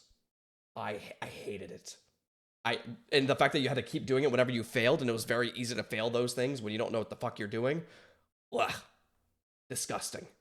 He marched through the now empty halls of the Funtime Auditorium. He would lead them. He would protect them. And finally, he would be able to forgive himself for the killing of his brother so many years. That's what happened to us. You are in the scooping room now. Mm-hmm. The scooper only hurts for a moment. Scooper? That violent extraction arm? Michael had seen that one in the pile of blueprints. Something about heat rendering the magical silver metal inside useless. In reality, prior to getting himself spring-locked and put behind the wall, William's methods had become increasingly sophisticated. With a mechanized arm that could infuse new bodies with a soul, William could finally give and take away life. The only thing he needed were the bodies. But William wasn't the only one looking for bodies, as Michael was about to learn. But if we looked like you, then we could hide. If we looked like you, then we would have somewhere to go. Michael was going to be the hero to help these animatronics, all right. He was going to help the haunted tubes and wires of these animatronics escape, just not in the way that he anticipated. Is Sister Location the last game of the series, since Mike dies? And do we play as Mike in every single game? Or just a few of them? Do we know that for sure? Okay. It's not because he gets scooped. Oh, okay. So I guess it's more that we're gonna learn here. Because like it's hard because like I know some of them take place earlier and sometimes they take place later. Because I don't know if they follow that timeline exactly. You know, especially once we got into Pizzeria Simulator, right? Sister had lied to him. Another game of pretend. The scooper plowed forward, digging its extraction arm into his body. As he heard his bones ripping through his flesh, Michael blacked out. But something is wrong with me. I should be dead, but I'm not. Okay. For the next several months, Michael's life was not his own. He was forced to comply with a tangle of wires and spirits that lived inside of him. Multiple spirits? Not even just one? That's exhausting. He felt like an overfilled balloon begging to burst as day by day, week by week, his flesh began to sag and discolor. He was a walking, talking, rotting corpse, alive, but wishing he wasn't. He was a puppet, a walking shell. And while he did his best to conceal his fate, there was only so much a man filled with robot spaghetti could do.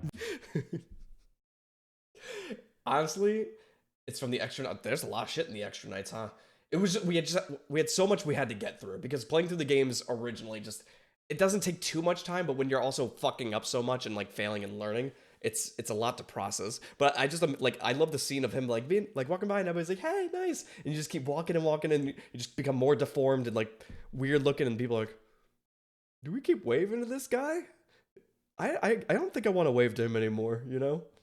The entity in his innards would eventually leave, but by that point, the damage had been done. His decaying flesh stank, turning him into a literal purple guy. But still, even with no bones, even with rotting purple flesh and begging to die, Michael continued to live. That silvery metal remnant injected by the scooper meant that he couldn't die. His anger also refused to die. What he had seen down there in his sister's location had rocked him to his core. His father had killed and captured dozens. His experiments had killed his sister and then tortured him throughout all his childhood. He was actively trying to build human replicants. He didn't know where his father was, but Michael knew that he was out there somewhere. I've been living in shadows. There is only one thing left for me to do now. I'm going to come find you.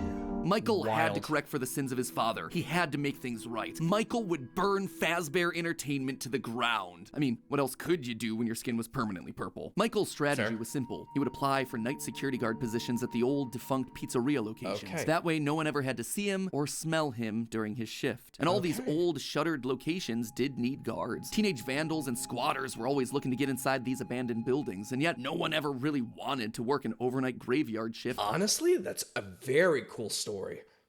You know, I like this a lot. It's almost fascinating. Like it's sometimes hard for me to find a pause spot because I'm like, ooh, you know what I mean? So like, it's weird that there is still the undead portion, but I guess it was what he was been working on the whole time, was trying to keep people alive, and he wasn't able to do that for his children, but he technically did for the last one. But now that child is like, I don't want you to be alive. So now you have two two unalive people, you know, kind of going at each other, but only the ones going at you know what I mean.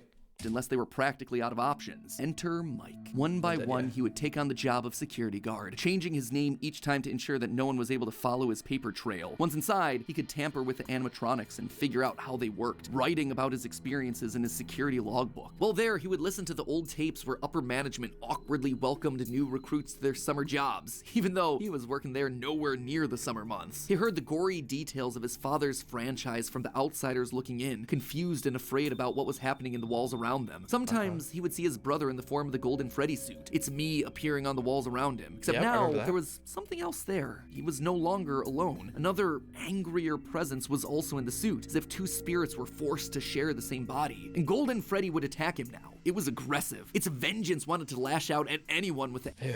Golden Freddy was very aggressive, wasn't he? Afton name, anyone who wore a security guard outfit. Over time, Mike worked his way through the old restaurants, the original pizzeria, the bigger, better Freddy Fazbear's. He spent weeks there looking for clues as to his father's whereabouts, and each time at the end of his week's shift, he would then set the location on fire. Remnant can't survive high temperatures after all. So burning away whatever spirit-laden animatronics that still existed inside seemed... Which kind of follows the timeline, technically. Okay.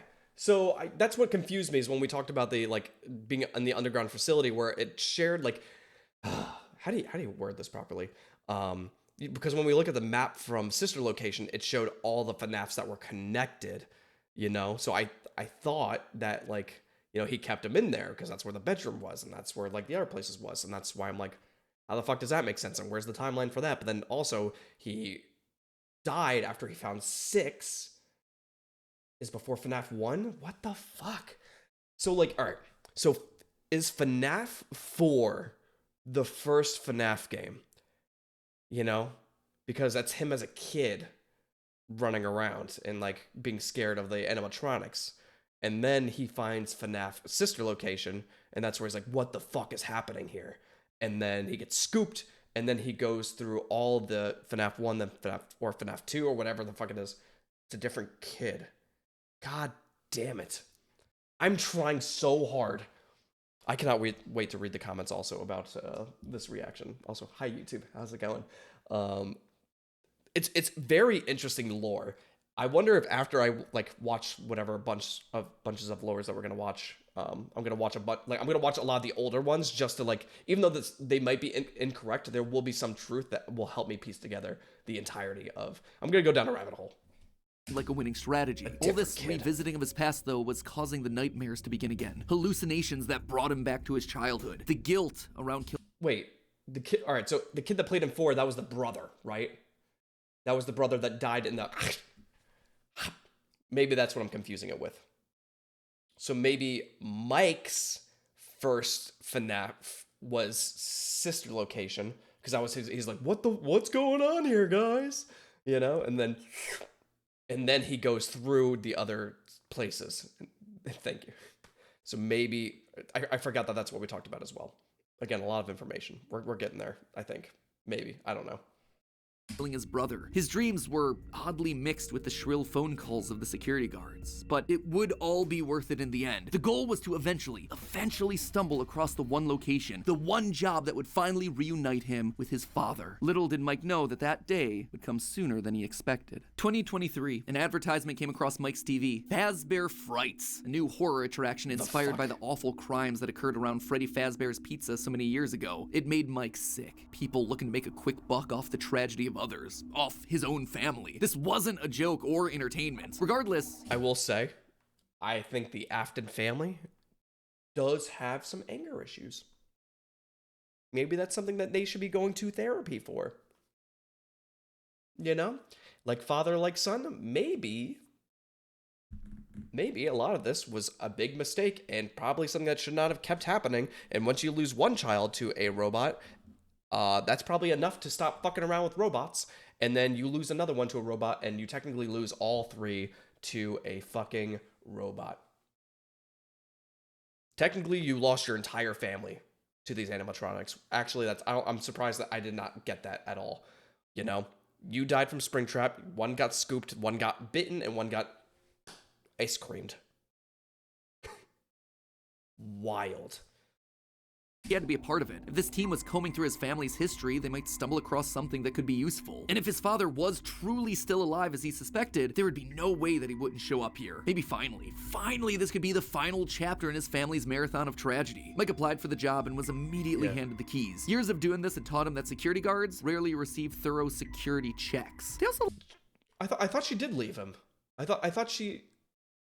Maybe I'm confusing it with a different story. I thought it said she left.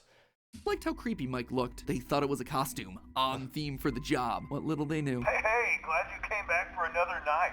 I promise it'll be a lot more interesting this time. For weeks, there was nothing. But just as Mike considered giving up, he received the call that he'd been waiting for years. You're not gonna believe this. We found one. A real one. Could this finally be him? Sure enough, there he was. William inside his iconic golden Bonnie This was FNAF 3, right? Springlock suit, only now it was green and decaying with age. And there they were, a small family of broken men finally reunited. It's been a long time, Dad. Mike had always struggled with the phantoms of his past haunting him, but now all the animatronics he'd encountered over the past months, hopping from pizzeria to pizzeria, suddenly sprang to life, their burned faces haunting him as he tried to keep track of his father on the cameras. It would seem that William's mere presence had put the spirits on high alert. Ultimately, they were harmless, more annoying than anything else, but there was one that felt different from the others, one that was more than just a mere phantom, the security puppet. If he looked at the cameras at just the right moment, he could see it floating there through the halls. He could even see its reflection in the water. I fucking forgot about that. Right? Yeah, because we had to, you had to be quick with it. That's what it was about FNAF 3, right? Whenever we were going through the cameras, if you saw the puppet, you had to get fucking out of there. Pool down the ground. It would seem like he wasn't the only one there on a mission. While he was dealing with Springtrap, Michael assumed that this one was likely dealing with the spirits of this place, finally setting them to rest. Hopefully this means a happier day for all of us, Mike thought to himself. And in that moment, he felt the air around him release, like pressure being let out of a bottle. The building sighed, as if 5 spirits had finally been allowed to move on. He had the sense that his brother was a part of them. He rigged the wiring inside the building to misfire, and the dry, desiccated walls erupted in flames. It is finished.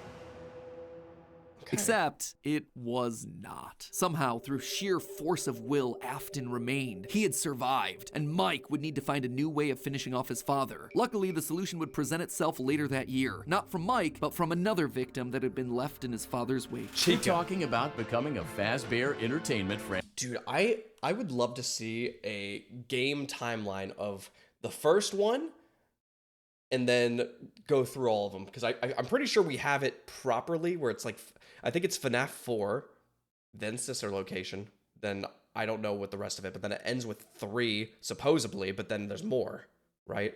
Franchisee, restaurant ownership and management. Something almost anyone can do with a limited degree of success. You are now the face of the newly rebranded Freddy Fazbear's Pizza. Fazbear Entertainment as a brand had been closed for years. William had been stuck in a suit and a wall. The only person... No one can agree on Sister Location? But isn't this what he was saying? Well, again, I guess no one can agree on it, but like, he was saying that like he told him to look for Sister Location, and then that's when he found it. You know, and then that if he's dead because he died in Sister Location, then he goes through the other ones. Isn't that the case, or do we just not? Well, no, because we got scooped. We got scooped. No one can agree on Sister Location. I'm excited to watch the other guys' videos too after we wrap this one up. We can do that like next week as well. We can't? Damn, so this is just everybody's hearsay. This entire... So maybe, are we even sure there's lore in these games? You know? Is this a giant fan-made lore and no one can agree on shit? And then maybe he just doesn't even like think about the lore that he puts in there. At first there wasn't lore, right? And then people started making shit up or like trying to piece things together. And then he started to add it and then it became less and less. That's... Because that makes more sense to me. A guy that makes a game that you cannot push the escape key for. I'm not expecting him to be able to make deep lore in his video games if he can't even add an options menu for me to deal with shit. And the fact that every time I pull up my fucking camera, like my camera goes to shit. You know, so I don't expect that guy to leave a bunch of pieces in there unless he's just like, you know, like a few of these games in, he's like, people seem to really like this game. And they're making their own stories. Why don't I make a story? And then he goes back and just makes some shit up. I wonder if the movies are like the actual like story he wants to tell. I'm assuming he's pretty well invested in that, right?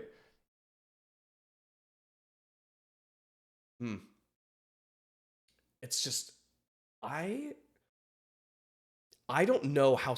I think we just enjoy the lore series. I don't know if we can actually learn much from here. Unless it's like actual set in stone of what is true and what is not true, you know. But people cannot agree on like even just the timeline of the games is wild to me that there's this many lore videos in general. If we can't even get the games in a proper chronological order, I guess the books would be the case. It's garbage. Well, all right. I don't think it was garbage. I enjoyed the movie. Was it a really, really good movie? No, but I had a lot of fun with it. You know what I mean? The books are not canon? What? Oh my god, what a pain in the ass. What a pain. Why did we agree to do this? I thought it would be so much fun because so many people love FNAF, and there's a lot of really cool things in the lore, but it's also like mythology. You know? Yeah, I guess so. It's very interesting. Who legally could bring the franchise back was Henry, but he'd largely pulled out of the franchise around the time of his father's disappearance. Something was up. Surely this had to be some kind of a trick, right? Mike, doing what he did best, applied for a franchise and immediately got the job. There was just one nothing out of the ordinary. Paragraph 4. If you are playing this tape, that means that not only have you been checking outside at the end of every shift, as you were instructed to do, but also that you have found something that meets the criteria of your special obligations under paragraph 4. No employment contract he'd ever signed required him to keep special lookout for independently moving animatronics outside the restaurant. Now he knew something was up here. Henry was luring them all back. Rather than trying to go to them, like Mike had done for years, Henry was doing the opposite. He was... I do want to talk about this again, because I don't know if I talked about this in the other two parts or not, just about the games in general. I do think FNAF is one of the series, not series, of course, that like dramatically improve each game. Besides 2, I think one was perfect for what it was. You know, a cheap jump scare game that was fun, right? Good time, able to complete it. 2 was a fucking massacre, and I will swear against 2 for the rest of my life. 3, I just want to make sure I go through this because I don't know if the people that are going to be watching this are the ones that actually seen the gameplay in the gaming channel or not, but I just want to talk about it in general. 3 was enough of a change of 1 and 2 where you kept the similarity of going through the different cameras and having different objectives, but the fact that it was just the one animatronic and the other shit you had to deal with was fascinating. You know, it was very fun, and I liked it a lot. And then it felt more of like, oh, we're tweaking things a little bit. 4 was the first game that was completely different, that treated the same mechanics as using lights and closing doors, so you kept that in there as well. Oh, interesting. So like it kept the same idea, but you moved to a different format. And then that was also, I don't think, was there mini games in 3, or did it start with 4? Because 4 was the one where you looked in the hallway and that little, you know, you had to stop when that little bitch trying to get you. You know what I mean? So there's a lot of like, well, I'll keep going. Hold on. After 4, we did 5, which was Sister Location. Started with 2. Maybe started with 2? Okay. I forgot them, I guess. All right, so I guess that's what 2 introduced, besides being fucking hard as shit for no reason. And 3 was different gameplay with more, all that shit. Okay. Anyway, Sister Location was the most story-driven portion of the FNAF series, where you actually had a lot more dialogue and it was a lot more personal, and you actually got to move around in the space a little bit. You know, it was still like in one direction, but you got to move through the facility, you know, and you got to go to different portions of it, and you got to learn about like the robots here, and then, you know, you had to, you know, you got scooped, and we learned, like, that was a heavy lore moment. After Sister Location, I think we did, I could be missing one of the games as well, but then we did the Pizza Simulator, which was a lot like Sister Location in the aspect of you get to do a lot of different shit in the game. You know, you get to manage money and you play those little mini games. Each mini game has a little story or a little treat and stuff like that. And then, you know, you have this portion of it where you had to deal with the are we keeping this or are we scrapping this bitch? You know? So for me, like, it was just really cool to see the games develop into something of an actual game. Not saying that, again, the older ones are not actual games, but like he was just like, oh, I want to add more. I want to add more. And that's one thing I do like about him as a game creator, just besides the fact that I always had to take my escape key off because I always accidentally pushed it because I get scared really easily. You know what I mean? But I have not played any of the recent ones after, well, besides the ones that we played. You know, I haven't played the other ones, so I don't know how important they are or how good they are, but we'll look into them. Anyway, I just wanted to bring that up for the YouTube viewers. Putting them all under the same roof. He was finishing them off for good. Mike knew this wasn't meant to be a restaurant. It was meant to be a prison, a containment vessel, a locked box, meant to trap them all in so they could finally end the madness. It took a few nights, but eventually everyone was there. His father, the puppet, the robot spaghetti that had once violated his body, and his sister, now hopelessly devoted to serve the man that had once gotten her killed. It was time. He had been instructed to seal the doors and leave, but while he locked everything down, he didn't move on. If this was truly meant to be the end, if the remnant needed to be washed away, he needed to be a part of that. This is where your story ends. And to you, my brave volunteer, who somehow found this job listing not intended for you, although there was a way out planned for you, I have a feeling that's not what you want. I have a feeling that you are right where you want to be. And to you monsters trapped in the corridors, be still. and give up your spirits. They don't belong to you. For most of you, I believe there is peace, and perhaps more, waiting for you after the smoke clears. Although for one of you, the darkest pit of hell has opened to swallow you whole. So don't keep the devil waiting, old friend. And with that, it was over. The Afton legacy died with all of them trapped inside of a literal box. As the flames danced around the office, Mike, for the first time in decades, was happy. But William wasn't. Also, isn't it wild that that very important game was free? You know, the Pizzeria Simulator, the one of the most important games that we played, I guess, for the story or like of the series, is a free game. Is that not fucking crazy? Gone yet. Best speech in gaming? You haven't played Far Cry 3 then. Though the darkest pit of hell was open and waiting for him, something or someone wouldn't allow him to move on. Instead, he found himself locked in moments from his past. The pizzeria, his son's room, his underground bunker. It was as if his brain's neurons were all firing at once, overloaded, mixing and matching all his biggest fears, regrets, failures. What was this place? How did he get here? He called out into the silence.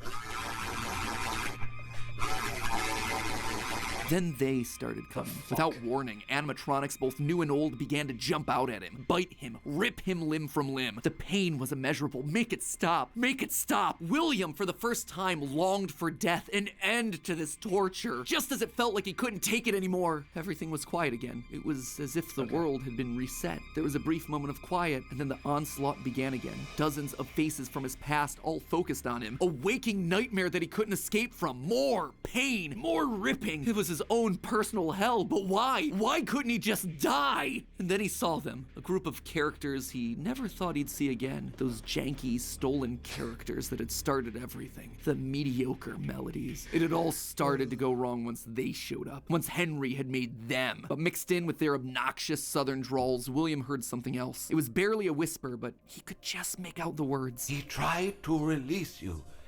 He tried to release us. But I'm not gonna let that happen. I will hold you here. I will keep you here. No matter how many times they burn us. That voice. He knew that voice, but from where? Greetings from the fire and from the one you should not have killed. I'm assuming this is from FNAF Frights or whatever it is, since there's a pumpkin there. Wild. It's so hard to like say anything else because there's so much shit that's involved in this. Of course, it's an ultimate custom night. Exhausting. FNAF 4's there's DLC for 4? What the fuck? The one he shouldn't have killed. William thought back. He'd done a lot of awful things, but there was always the one that stood out. Not Charlie, his drunken act of revenge. Not Susie, his first true murder. No. Instead, it was the one. His first true murder. His one true love. One that he had lost control with. The one that he had broken beyond repair for no good reason other than because he could. The one that he'd stuffed inside the golden bear that his partner used to wear. Cassidy. They were back, and now they were trying to punish him, to make him suffer like he'd made them suffer. It was almost like William and Cassidy's souls had been locked together, fused by a collective rage and spite, each refusing to move on. But while Cassidy was so focused on taking revenge, they actually did the one thing that would be the downfall for so many others. They kept William alive. Even though fire should have destroyed the remnant that was coursing through his being, Cassidy kept William breathing, paving the way for his escape. William's will was so strong, his soul so powerful that he managed to put a part of himself inside the circuitry that housed the spring-locked suit. And there, his consciousness lay, inside a single circuit board, waiting Wild. For someone to find him and set him free. A person that no one would suspect. Okay, so a bit of a shorter chunk, but an important one as we shift perspectives to— Who the fuck else is involved in this? Is it someone I met? Is it someone I know? Probably not, right?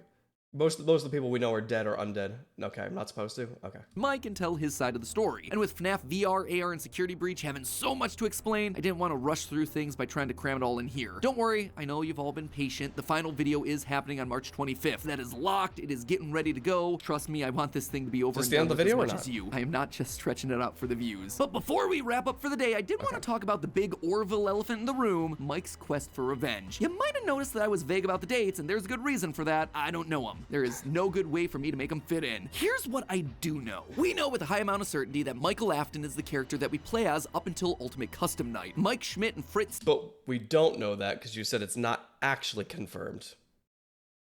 Right? Smith, the security guards for FNAF 1 and FNAF 2 respectively, get fired for, quote, tampering with the animatronics and odor. So weird connection between the two of them, right? But now, look at the phantom animatronics that are haunting us in FNAF 3. They use models from both FNAF 1 and FNAF 2, meaning whoever is sitting in that security guard chair Fazbear Frights, they have to have seen both locations and their animatronics. And that's not all. Their designs are burnt. It's a weird detail in the game, and it's something that the character encyclopedia repeatedly calls attention to. What the fuck? You just skip this? All right, so we should just start part 4? Is this just hearsay? Or is this just like, I don't know what the end of this is technically. A little bit of ads in here too. Burned texture for these phantom animatronics. Why is that so unusual though? Fazbear Frights is the first time in the franchise that we hear about anything burning down. From that point on in the story, it's like the characters turn pyro and are suddenly setting fires left and right. But for the first 3 games, nothing ever catches fire. The animatronics are just moved or repurposed in some way. So when did they burn? And why would our security guards see them as being burned? Someone has to have been going location to location, setting these places. Because I need follow-up with some of this stuff. Again, it's a lot to digest. So the fact that like he did bring up the fact that like they were burnt, I'm like, I kind of forgot about that, you know? Is on fire, purging the sins of the past. We know we're definitely playing as Mike and Sister Location in FNAF 6 based on the in-game dialogue. And in FNAF 4, there's an Easter egg where we can hear the phone call from Night 1 of FNAF 1, meaning that whoever's in that bedroom has heard the recording as a security guard. We also know that Mike has seen the nightmare animatronics based on his drawings in the security logbook. So overall, there is solid evidence that connects all of FNAFs 1 through 6. You'll also notice how the character encyclopedia doesn't have a page for Mike Afton. This thing has a page for Chocolate Bunny Bonnie, but not Michael? Some tells me they don't want us to confirm how many games he's been in, because that would confirm too much of the theory. In short, this gives us an incredibly compelling and complete narrative. Mike as our protagonist, and William, his father, as our antagonist. Mike accidentally kills his brother in Fredbear's mouth, which begins our story and sets William down his pathway of destruction. Mike is then haunted by the guilt of his past and is looking to make things right across the rest of the games. In Sister Location, he learns what his father's been up to and realizes what he has to do to correct it. Yeah, it is a recap, but like it is good for me to get a recap. Yeah, because this is what again, I've tried to explain what I think the story is, but then you're like, but again, I digress. After failing to finish the job in FNAF 3, he ultimately helps Henry end it all in FNAF 6. It is great. It is a clean narrative. There is just one problem: timing. Mike's quest can't really start until he's been down to Sister Location, seen Baby, and gotten himself scooped. That's when he finds out about Afton's secret life. It's also when he's gonna start to smell, because, you know, he's a walking, talking, rotting corpse. And we know that he's not going down into the bunker until the Funtime animatronics have been made, Freddy's has been closed, and Afton is out of the picture. That all should be happening post-1993. After William is sealed behind a wall. But that then presents us with a few problems. Afton has already dismantled the original animatronics as we see in the FNAF 3 minigames. How are those things getting burned if they're already deconstructed? But more importantly, we see FNAF 2 paychecks with the date 1987. That is way earlier than I think it can be. To be fair, Fritz Smith's pink slip on night 7 doesn't have a date, but it's a bit weird to say that the first few nights are in 1987 and then employee number 3 is hired on years after the restaurant closes. What the fuck? Anyway, just wanted to call that out because I don't have a solid answer for it, and I'd love to see your comments down below. And with that, my friends, this chapter comes to a close. Okay, and then we could start the next chapter. All right, the final chapter. Oh, wait, I can't just push the arrow? Sorry, do it like this. Hello, Internet. Welcome to Game Theory, and the final part of my FNAF timeline, where today we're bringing our story to a Sister Location animatronics are animated using melted down animatronics from FNAF 1. So how does Mike go to Sister Location before FNAF 1 to burn it all down? What the fuck? That is fair. What? Because if that is the case, then yes, but like, again, from what he said from part 6, is parts, like, again, the Sister Location, to me, seems like one of the earliest ones. But yes, I don't know. I mean, I guess I'm not going to know either. Close by talking about the most complicated and controversial part of the timeline, the part that I've been dreading most of all, the end. The moment where we're finally forced to come to some definitive and difficult answers trying to explain what the heck we were watching in Security Breach. The last 2 episodes have been about death, the death of Afton's family. We did not play Security Breach. The deaths of multiple children, the death of the franchise itself as Mike and Henry figuratively and literally burn it all down. Today's episode, though, and the current end of this franchise, is instead all about rebirth, the return of old characters in new forms, and the controversial rebirth of a franchise entering the next era of its story. But before we hop into the timeline, due to scheduling conflicts, I won't be able to have any live talk back after this episode. I know, I promised one, I was really excited about it, but I just couldn't make it work with my schedule. Do I have needed to play Security Breach before we watch the finale? And all the other guests' schedules. That said, I still do plan on doing one over the coming weeks with special guests. Just make sure that you're subscribed and either have all notifications turned on, or you're just watching our community tab for the announcement as to when that's gonna happen. And now, without any further ado, we finally reach the end and a new beginning to our story. Okay. Fazbear Entertainment was dead. There is no need for you to return to work next week, as Fazbear Entertainment is no longer a corporate entity. All debts had been paid, all assets redistributed. The company was outright dissolved. Even the memories of the horrors that had happened there started to fade away in the public consciousness. The people were gone too. William was dead, Henry was gone. A whole generation of young Emilys and Aftons had lost their lives to the horrors of the pizzeria, all of them collateral damage. Well, William. Not necessarily the pizzeria. He was a serial killer that just wanted to keep killing children, which is still kind of fucking crazy. To the man in the bunny suit. Everyone the company had ever touched was dead and gone. Well, all except one. Pay your child support, you deadbeat! I'm keeping the diamond ring. I also set the house on fire! Clara Afton. She'd been there in the early days, back when things with William were good. They'd had the perfect home, a thriving business, the ideal family. But shortly after their youngest son died, things started to change. William had become distant, lost in his work, obsessive. She had watched him change from this irritatingly brilliant man that she had fallen in love with to a drunken monster struggling to hold himself together. And despite her trying to reach out to him in those desperate days, he was just too far gone. There's no way we play a game with her, right? And why do I have to take a shot every time I say, is that Mrs. Afton? I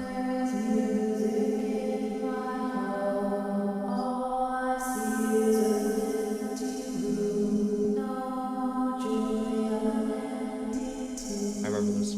Admit it, you wanted to let me in. For her sake, she had to leave the relationship, and from there, she largely faded into obscurity. A mystery from William's past, a footnote in his history, and that was fine for her. She wanted to leave that part of her life behind. She tried to move forward, never wanting to hear the name Freddy Fazbear again, a time defined by mistakes and broken promises. But then, the paperwork started to arrive. As Fazbear Entertainment began to close as a corporate entity, suddenly her mail was flooded with notifications, requests, obligations. She had been there since the beginning, helping William in the early days of his business, and now, as a shareholder and sole living member of the Afton family. She's a shareholder? Sis, pull out of that. Get your bag and move to Jamaica. Or anywhere else.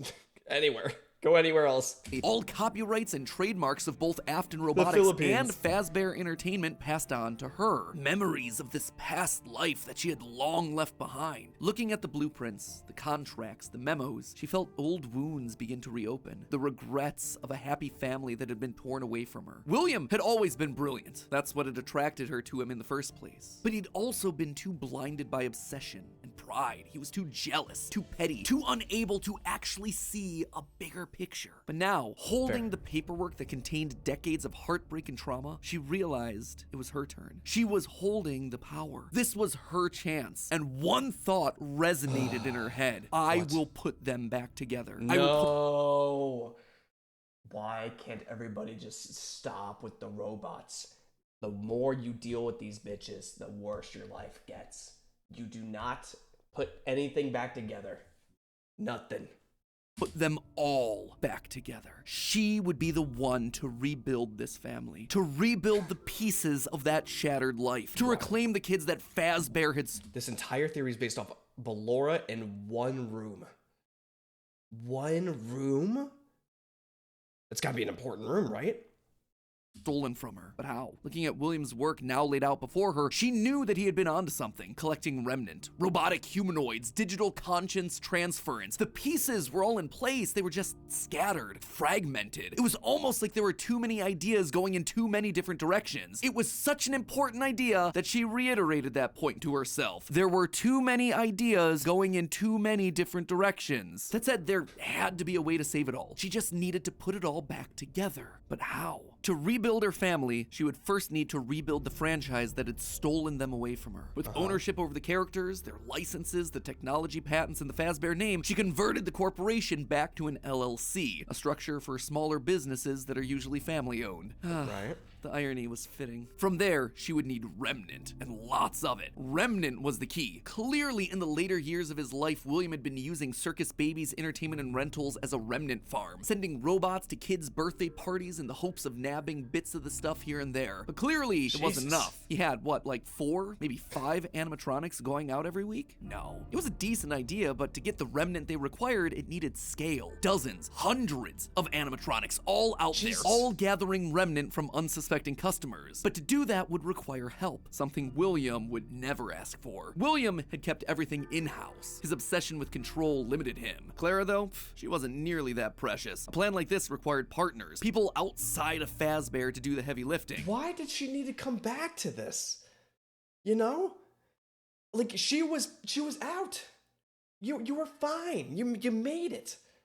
And you're like, you know what? Now that I lost my entire family, I think it's time I start investing. I guess that's fair too. Yeah.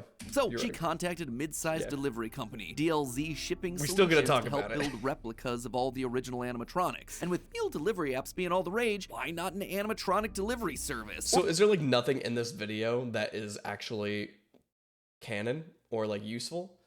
Or is there like, Order one to celebrate your birthday, your Halloween party. How about a 4th of July picnic? We'll invite Liberty Chica and 4th of July Freddy on over. She would make sure that they made skins for every occasion. Chocolate Bonnies for Easter, Shamrock Freddies for St. Patrick's Day, Dia de los Muertos Chicas. And thus, the Fazbear Funtime service was born. That's right. With the Fazbear Funtime service, you'll never be alone again. You'll always have someone watching your back. Was it ridiculous? He was in a game? Mark is one of the only canon things in the FNAF series. Absolutely. Was it a sellout? No doubt. It was exactly the sort of thing that William would have hated, but it needed to be done to get enough remnant. Normally, the novelty of ordering an animatronic wore off after like, what, 1, maybe 2 times? But with new skins for new holidays, suddenly you had yourself an animatronic perfect for every occasion. It would Marvel Rivals, by the way. keep people hooked. It would keep them ordering the latest and greatest that Fazbear Entertainment LLC had to offer. And all the while, they'd be collecting and returning the remnant back to her. In a word, it was brilliant. There was just one problem with it. No one trusted the Fazbear name. The company's brand was still mud in the public eye. No one would want to hire animatronics from the restaurant franchise known for murdering children. Nothing kills a party quite like the threat of death, you know. So she needed to find a way to discredit the stories that had come before. She needed to win back the public's affections. I gotta stop getting upset, because when I get upset, I'm like, why the fuck? And then you're like, no, it's not true sometimes. And I'm like, okay, doesn't make me less not angry. All right, I can still be angry at this.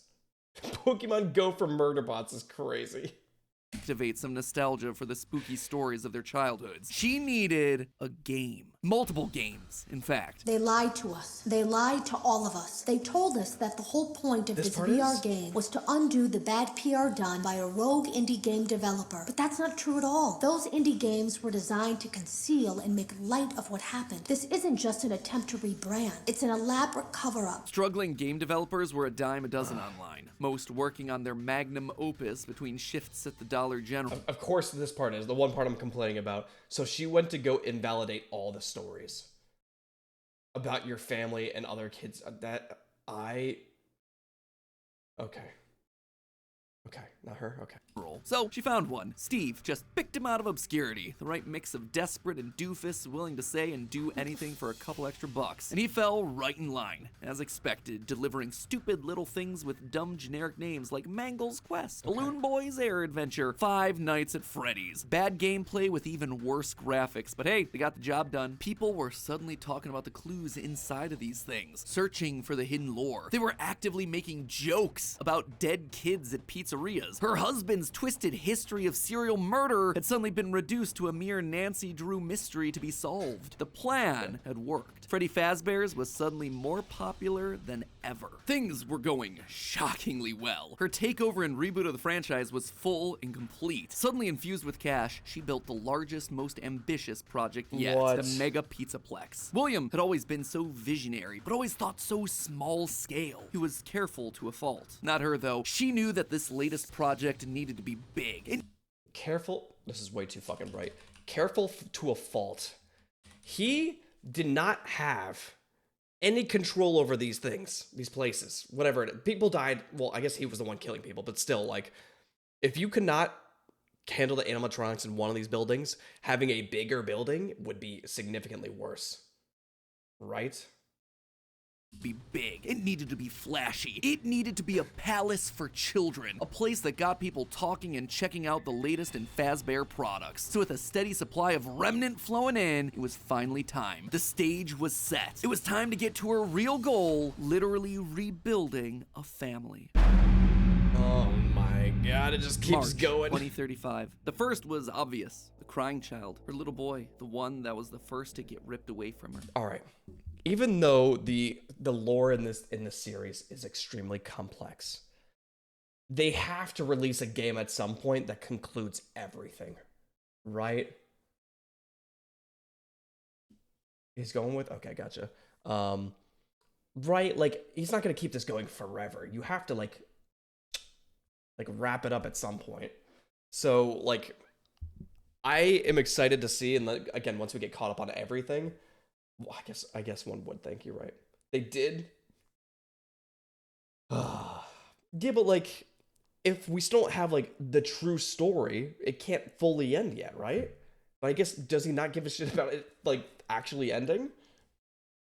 She'd seen down in his bunker that William had gotten very close to replicating artificial humans using animatronic technology. And so that's exactly what she would do. Rebuild her boy from the ground up using robotic parts. His shaggy brown hair, his favorite striped shirt, even down to small details that no one would notice, like the band-aid on his left knee. William's research had even found ways of making animatronics that could bleed and process food, making them virtually indistinguishable from a typical human. He would never have any idea of what he actually was unless he was explicitly told. The only things that could possibly ruin the illusion were any overrides to his internal systems. If something were to, say, interfere with the cameras that he had in his eyes, or cause some sort of a core reboot to his hard drive, or x-ray his metallic bones, then yeah, he would be exposed. But otherwise, to the outside world, he was just your typical, normal human boy. She worked down in the bowels of the Pizzaplex, giving him life, but it was one thing to build him, it was another to help him remember his identity. He died so young, so early in their history that there was no preserved memories for him, no documentation that she could just download into his digital brain. So bit by bit, she trained him, forcing him to remember who he was.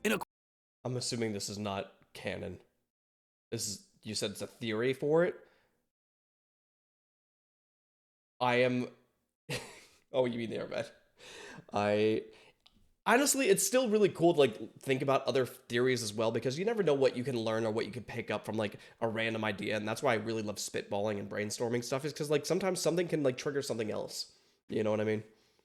Corner of the room, she even made a makeshift dinner table, a reminder of their happier days. The family recreated 2 brothers, a sister, a father, and the mother at the head of the table. The one in charge, the one in command, the one bringing all of this to fruition. But his progress was admittedly slower than she would have liked. At first, he could only communicate through simple 1s and 0s, then rudimentary drawings and crude letters. But bit by bit, images of his past life started to come through. Balloons, colors, houses, bears and faces, birthday parties, all for me. Gregory was alive. As the robot boy embraced her, she felt a warmth that she hadn't in decades.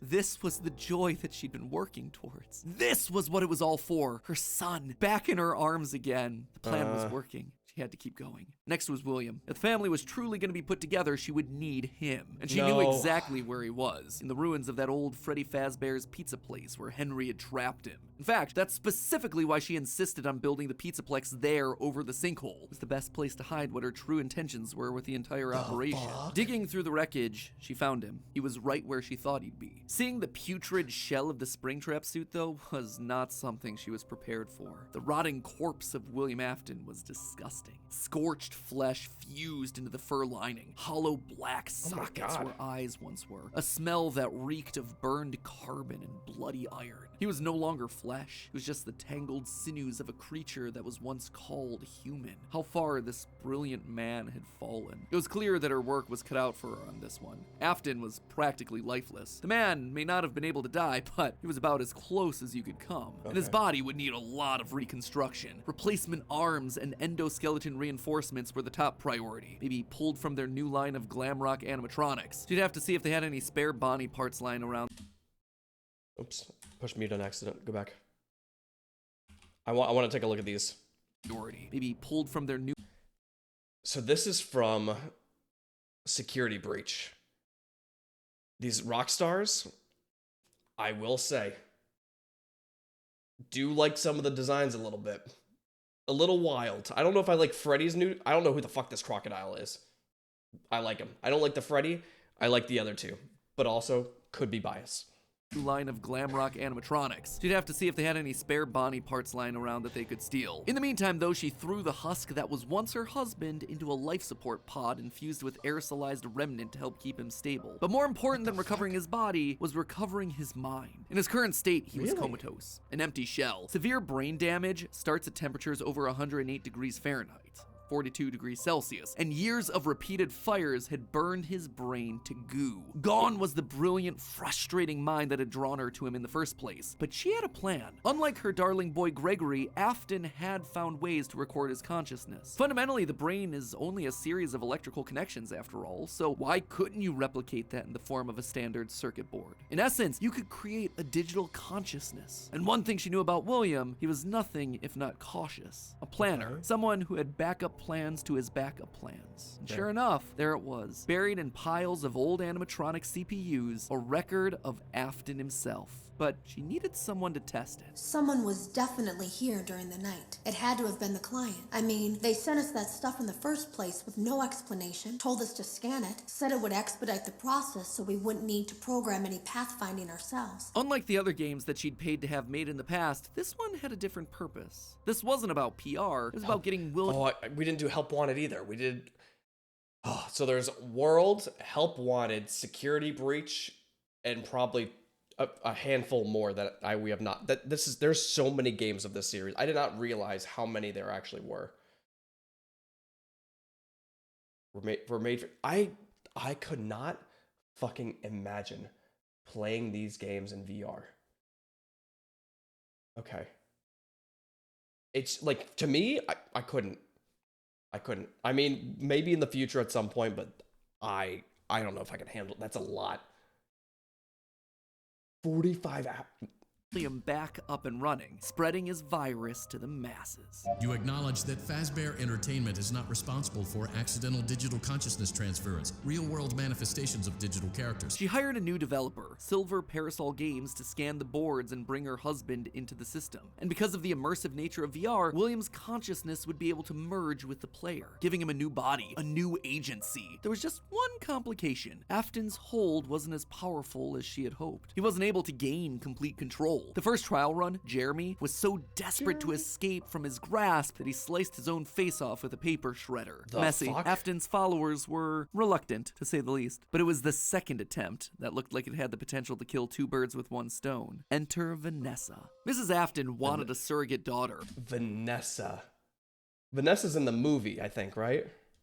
Her darling Elizabeth would have been a young woman at this point if she had lived, and Clara wanted someone who wasn't Elizabeth but could be just like her. Could she have just rebuilt her like Gregory? Sure, but she decided against it because she wanted an actual human mother-daughter connection. Well, that, and it would be redundant and narratively unsatisfying to have two robot kids in the same family. What could she say? William had put a lot of tools on the table for her to use, and she was planning on using them all. Plus, Elizabeth had always been so loyal to Daddy. It was time to give her a second chance, a true choice. And Vanessa seemed to be the perfect candidate to fill the role. Your dad's name was Bill? Your dad didn't play fair, did he? He used to make your mum look bad in court. He manipulated you. I know your mum after she lost the custody case. I was supposed to be a good girl. She started as a QA tester at Silver Parasol Games, the VR game development company that was part of her plan to bring back William. But more importantly, Vanessa checked all the correct boxes. Right age, blonde, green eyes with a fondness for flowers and the outdoors. In many ways, it was her daughter all over again. Except it wasn't just looks and personality. What really mattered was Vanessa's mind. Underconfident, coming from a broken home, motherless, able to be manipulated. Yes. She would do nicely. She would be the one to save dear old Daddy, just as the real Elizabeth would have wanted. I will make you proud. This does not feel complete to me. Again, we haven't played the later games, but for me, I feel like there needs to be more games. There cannot be this much uncertainty with a game series, right? I'm Vanessa. My eyes are blue. And outside's okay. They really are. They are wild to me. But like, I think there has to be at least one, there has to be a final game for this. There's no way they could just leave the series like this, right?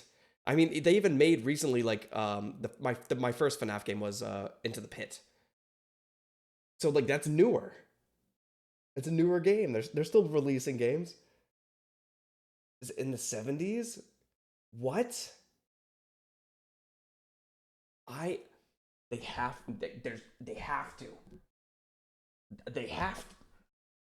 to wrap this bitch up. There's no, this is gonna bother me. Maybe I shouldn't have gotten into this lore if it was gonna piss me off. As someone that like wants to wrap things up, this needs to be wrapped up. It does. Daddy? While testing the VR game, William's digital consciousness merged with Vanessa. Oh sure, she fought, fragmenting Afton's code into a series of tapes hidden across the game, trying to do web searches to regain control over her life, but it wasn't enough. She was weaker than Jeremy. She was a thrall that, despite occasional moments of lucidity, had to obey. And with Vanessa, it was a 2-for-1 deal. She was getting a daughter back, while also bringing her husband one step closer to reactivation. She just had to make sure that Vanessa was headed the right way. The reborn Gregory was an expert hacker, part of the benefits of being an Afton and a robot. So Clara had him keeping tabs on Vanessa, hacking into her emails and trailing her therapy sessions to ensure the future Elizabeth was falling in line. If any of the therapists started to ask too many questions, they were promptly dismissed from their positions. And while Gregory kept tabs on Vanessa's personal life, Mrs. Afton made sure to clear a path for her professionally. With Silver Parasol's collapse at the hands of the Anomaly, she then had the possessed Vanessa bring the contaminated circuit boards to DLZ shipping and the Fazbear Funtime service. More glitches, more Remnant, more Afton. But it was her last move that was the best. In a true masterpiece of poetry, she brought Vanessa over to be chief security officer at the Pizzaplex. A true family tradition to don the hat and badge. And all it took was a recommendation from the top as well as some emails marked for deletion. Sure, Vanessa didn't have relevant experience for the job, but when it comes directly from the CEO, does it really matter? Husband, son, daughter. A corpse, a robot, a human. All that was left was Michael. Poor, troubled Michael. The boy that killed her youngest. The one that would spend years trying to make his guilty conscience right again. A self-professed protector. While she knew she needed him to complete the family, something told her that the problem had already solved itself. Something had shifted when using Glamrock Freddy to excavate the buried pizza place. I have been here before. I found myself for the first time when I cleared the path. I have changed. My friends are here, but I can protect you. Alright, is it a good theory or is it not a good theory? I am not me. Maybe it was the remnant that had coursed through Michael's veins. Maybe it was the spirit of Michael living on as a protector, but he was there, somewhere inside of Glamrock Freddy. She could feel it. Again, to clarify, we're gonna watch at least the other creators' theories as well in case theirs is more favorable or just a little bit more condensed or more of the accurate stuff. We'll see. Just like that, she'd won. She'd done it. Sure, there were still some kinks to work out, some final brainwashing of Vanessa, some rehabilitation of William, but they were there. Finally, all together again under one roof. The Aftons reunited. A happy ending. And that's how it could have ended. That's how it should have ended, had it not been for a few unanticipated developments. This fucking puppet. For one, something was just wrong with the Pizzaplex. Almost as if the entire building was haunted, possessed. Puppet plushies hiding on ceilings, behind crates, places that they had no earthly way of belonging. Staff bots with greasy tears down their eyes, acting like they were being puppeteered by some sort of a nightmare. Even their sounds had the echo of nightmares long past. It was as though... What the fuck was that? No. No. Blech. Yeah, you get me. A guardian spirit of the past refused to move on. As long as her husband was around, it too would linger. Only now, it wasn't just in one body, but it was in the essence of the building itself. She had seen stories of houses built on burial grounds getting possessed by angry spirits, but she'd never assumed that it could be real. Then again, in a world of living spirit metal and mind-controlling glitches, who was she to be so judgmental? The whole thing was ridiculous. Why would this be the line that she refused to cross? After all, the Pizzaplex was built over the burial ground of angry spirits. But it was the power cords that finally convinced her that something was wrong. Suddenly, these cords were striped black and white, like the security puppet from generations ago. The very foundations of this place, the materials and wires that constituted it, were rebelling against her, against the Aftons, against the quest to bring them all together again. And it was being helped by something else, something slithering through the building. Maybe they were connected, she couldn't be sure, but a blob of living wires could be heard oozing through the walls, stealing pieces and parts of the old animatronics showcased in Rockstar Row. She could only assume that it was a byproduct of all the remnant they'd been collecting. From Afton's testing, she knew that both light and dark remnant existed. At this point, if I was Scott, I would wrap this up, like I have been saying, but I'd probably take like all the theorists and like bring them into like one room for like a fucking week into a writer's room about how to properly and best end this series of everything they know. And I'm like, all right, guys, what is the best way to do this? There's a lot of issues with security breach. Oh my God. I'm almost glad we didn't do it then, but like, I'm interested in playing it and Secret of the Mimic. We'll get through things. I'm just saying, like, I would be like, all right, can we just wrap this bitch up?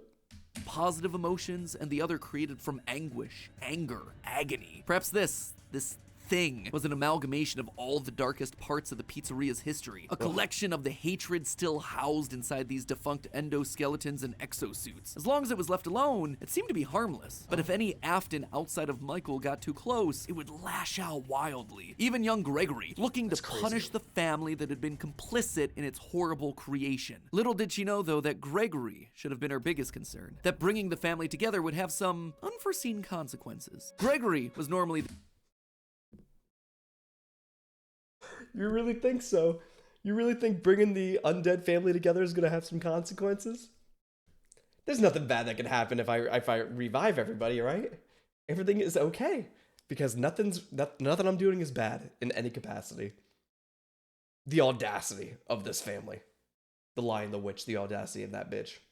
The goodest of boys. She had literally built him that way. But lately, he'd been disappearing more and more often, disobeying her orders, requests. She knew that he loved playing on the arcade machines once the Pizzaplex closed, being so good as to top the leaderboard on practically all of them. But lately, he was nowhere to be found. She suspected his absence had to do with Glamrock Freddy's failed performance the other night, when he malfunctioned live on stage. Almost as though the core programming of Freddy responded to seeing this rebuilt small boy. Almost like it awakened something inside of him. She'd have to make sure that Vanessa was on the lookout for him. But she'd soon come to learn that Vanessa wasn't enough. Whether it was the influence of the nightmare puppet puppet or a reawakened hatred of animatronics seated deep in Gregory's code, something had caused him to rebel, to rip apart each animatronic in the Pizzaplex. Bit by bit, this boy was tearing down the empire that she'd so painstakingly built, freeing Vanessa from her mind control, destroying the remains of Afton in the basement, setting Glamrock Freddy loose. As her carefully created world crumbled around her one more time, she began to plot her revenge. She would have to bring them all to ruin. And there you have it, my friends, nearly a decade in the making. There's no way you're wrapping it up. We have 9 minutes left. What else are we talking about here? Making my FNAF timeline for where the franchise is here in 2023. The year of Fazbear Frights, by the way. As always, it wouldn't be right for me to finish without going over some of the more... All to ruin the DLC that came out after this game. So there has to be another one we have to watch probably at some point too. But at least, like, the goal of this was not to be caught up to any capacity. Of like everything, because of course there was a bunch of games that came out. Well, yes, I guess he retired too as well. But like a few games came out, and I wanted a main gist of the idea of what people are talking about, like what people have been loving about the lore, the main ideas, the main concepts, and you know, what works, what doesn't work, and all that shit. You know, so like, not to say like we're not learning anything from this because it's not true, but like. I like, even if it's not true, I think it's fascinating still. And, you know, we'd be like, oh, remember that other theory? Could help.